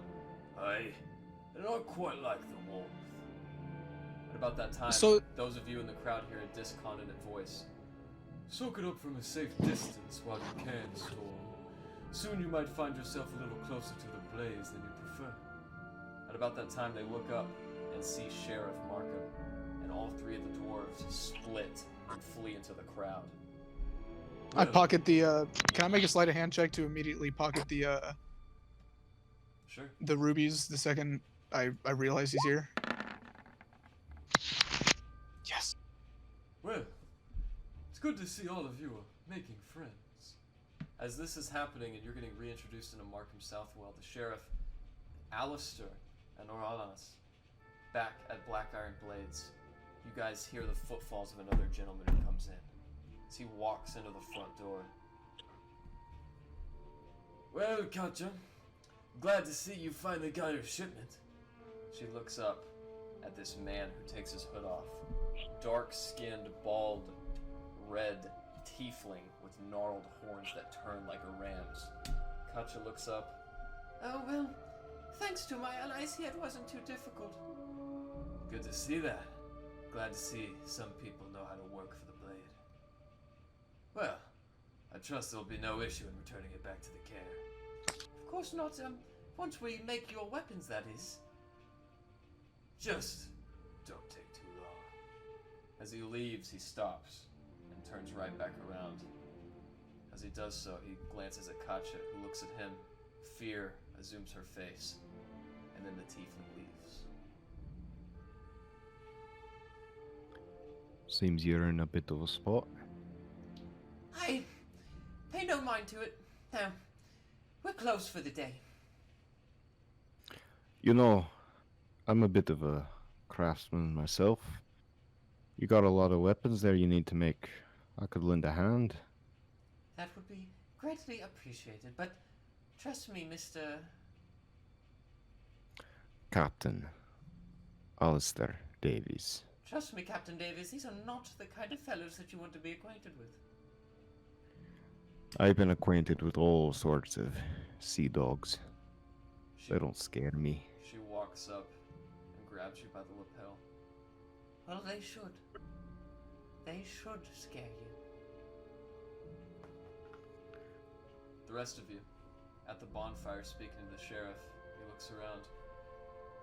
Now then, there's something I wanted to talk about with all of you. Where are your allies at? I believe several of them are at the inn, and the other few are at the Black Iron Blades, just wrapping up business. Let us go to the inn. I want to speak without the suspicions of the townspeople. I, on my trip to the inn, am looking for a quick alley to duck into to just begin vomiting. Alright, you do so without need, and as you look up, you see a fellow at a smithery who's dumping some brackish water into the alley too, and he looks up at you. Hard night? Harder than most. I understand, lad. Well, I'll watch over you. Thank you. I appreciate it. He leaves and goes back into his room, kind of peeking out. And I kind of right myself, and if there's any vomit in my beard or on my clothes or whatnot, I attempt to brush it off and then carry on to the inn. As you walk into the inn, you see Scramsax, the tabaxi with the burnt tail. He's busy emptying out Old Bitey, collecting the coins from the mounted fish's gullet. He looks. Welcome back, Mr. Glen. Would you like some honeydew? Whatever the strongest drink you've got, I'll take for the day. Actually, it's been a rough one. Okay, I will give you a glass of Kordelik. Thank you so much. Back and uncorks the black bottle as he pours it in. At about that time, Markham Southwell, having gathering the rest of you outside of the Black Iron Blades, and the fellows in the town hall, you all eventually make it back up to the tavern. As you enter, you see Glen already deep in his cups. As he approaches, the sheriff puts a hand on your shoulder. Glad to see you made it back in one piece. Before we leave the shop, I'm just gonna browse the weapons. Look like I'm interested in anything, and I'm gonna ask the lady if there's if she's seen any elves in the region lately. Cause I mean to buy an item of a merchant that's an elf, so I would like to know if you've seen any. I haven't seen any elves in the region. However, Not as dark as I am, but more fair-skinned, I would say. I haven't seen any elves here at all. Half-elves, of course, but they tend to grow their beard out to avoid discrimination. I do know that some very regally dressed elvish folk have appeared in Dugan's Hole. However, the only elf I saw, or fella who even had anything to do with elves, was a wizard who came through town not too long ago. Oh yes. What did he look like? Well, he was not too old, about middle-aged fellow. Creases in his forehead, a nice scruffy black goatee. He had red robes, and said he was from some elvish royal house, Dagger Nathan or something like that. Anyways, he caused quite a stir. He even animated the fish Old Bitey. Well, the guards inevitably kicked him out when he refused to take a number. Oh, that is very interesting. Yes, I don't see much of my kind around here. Well, thank you for your business, and I'll come back to buy any weapon from you. Of course. Remember, you've all got a 10% discount. So interesting. Thank you so much. As you leave, and finally now gathered at the Northlook Inn, Markham Southwell looks up. Please, Scrimsacks, add a bottle of honeydew to the tab. Right away, you are the boss. He comes out, pours it up, and he slurps down the thick, sweet concoction. Rez, while the drinks are coming and everyone's sitting down, Rez is gonna pick a seat. Not a booth. I don't know if there are any booths here or not, but he's gonna pick a seat, kind of push it far from the table, and he's gonna be leaning back with it with his dulcimer in his lap, and he's gonna be playing just some idle background music for the tavern. Mr. Scrumsacks, if you don't mind, can you leave us to our privacy? Well, of course, I need to get back busy to my painting anyways. You do that. Scrimsacks leaves. Mark kind of pours his glass. You know, Scrimsacks here has been selling illegal ales for nearly a decade now. You know why I don't crack down on him? Insight. He's a good man. Keeps the customers coming and keeps smiles on the adventurers' faces. The people out there rejoice in the warmth of someone who didn't come. Little do they know their lives are no more at risk than the outcasts smoldering on the pyre. He drinks his honeydew. It's good to see that you have a bit of judgment towards what's right and what's wrong, more than just gray and white and black. And as he talks about, as he finishes speaking, I'm slamming the glass of honeydew or whatever it was that he said that we had. He leans his hand over and takes out a jar and pours it for you. Don't worry, I've got an extensive tab with the tabaxi. He pours you a glass, Glen. Everything is a shade of gray, a means to an end. While you were gone, the guards went to fetch the murderer, and they were greeted with an empty cell. You were the only other ones to see the prisoner since he came back to Bryn Shander. Now then. You mean to he escaped? Maybe. Well then again, maybe he was never really there at all. All I know is that in the short time you've been gone, reports have come in from Bremen and Targos and Termile of the recent murders. Each of them left with a blue daffodil, the hallmark of Sephyk Kaltro. He's on the loose. And, for this quest, you're my means to an end. As he drinks again. I don't need you to go on an escort mission. I don't need you to return him. I want you to bring me back a body. And that is where we'll leave off until next week. Damn. That was a good session, man. Solid session. Indeed. Solid session. You guys didn't think the combat was too much? No, that was fun. I loved it. It had all the combat just been one combat session, maybe it would have been too much, but having it be two different combat scenarios, I think was totally fine. You guys are some healing motherfuckers. I could not believe that you. There's a lot of cure wounds running around in this group. I thought I was gonna on that crit. I thought I was gonna roll my alt for sure. Yeah. Dude, me too. For this campaign, I like we have to have healers, especially. We've had so many people almost go down already. Yeah. That dwarf is a motherfucker. We're averaging 2 downs a session. Yeah, I really was like, I'll risk the attack of opportunity. I can't believe that it was a crit. The one. Oh time. yeah, crits, Sure. I got fucking shield, but yeah, crits and shield don't work together. So, after the recording wraps up, I will be posting the sword to the loot chat. Just really quick, some reminders. 1, the ring you have has an inscription, Larry. It says Finrig and Urhild together forever.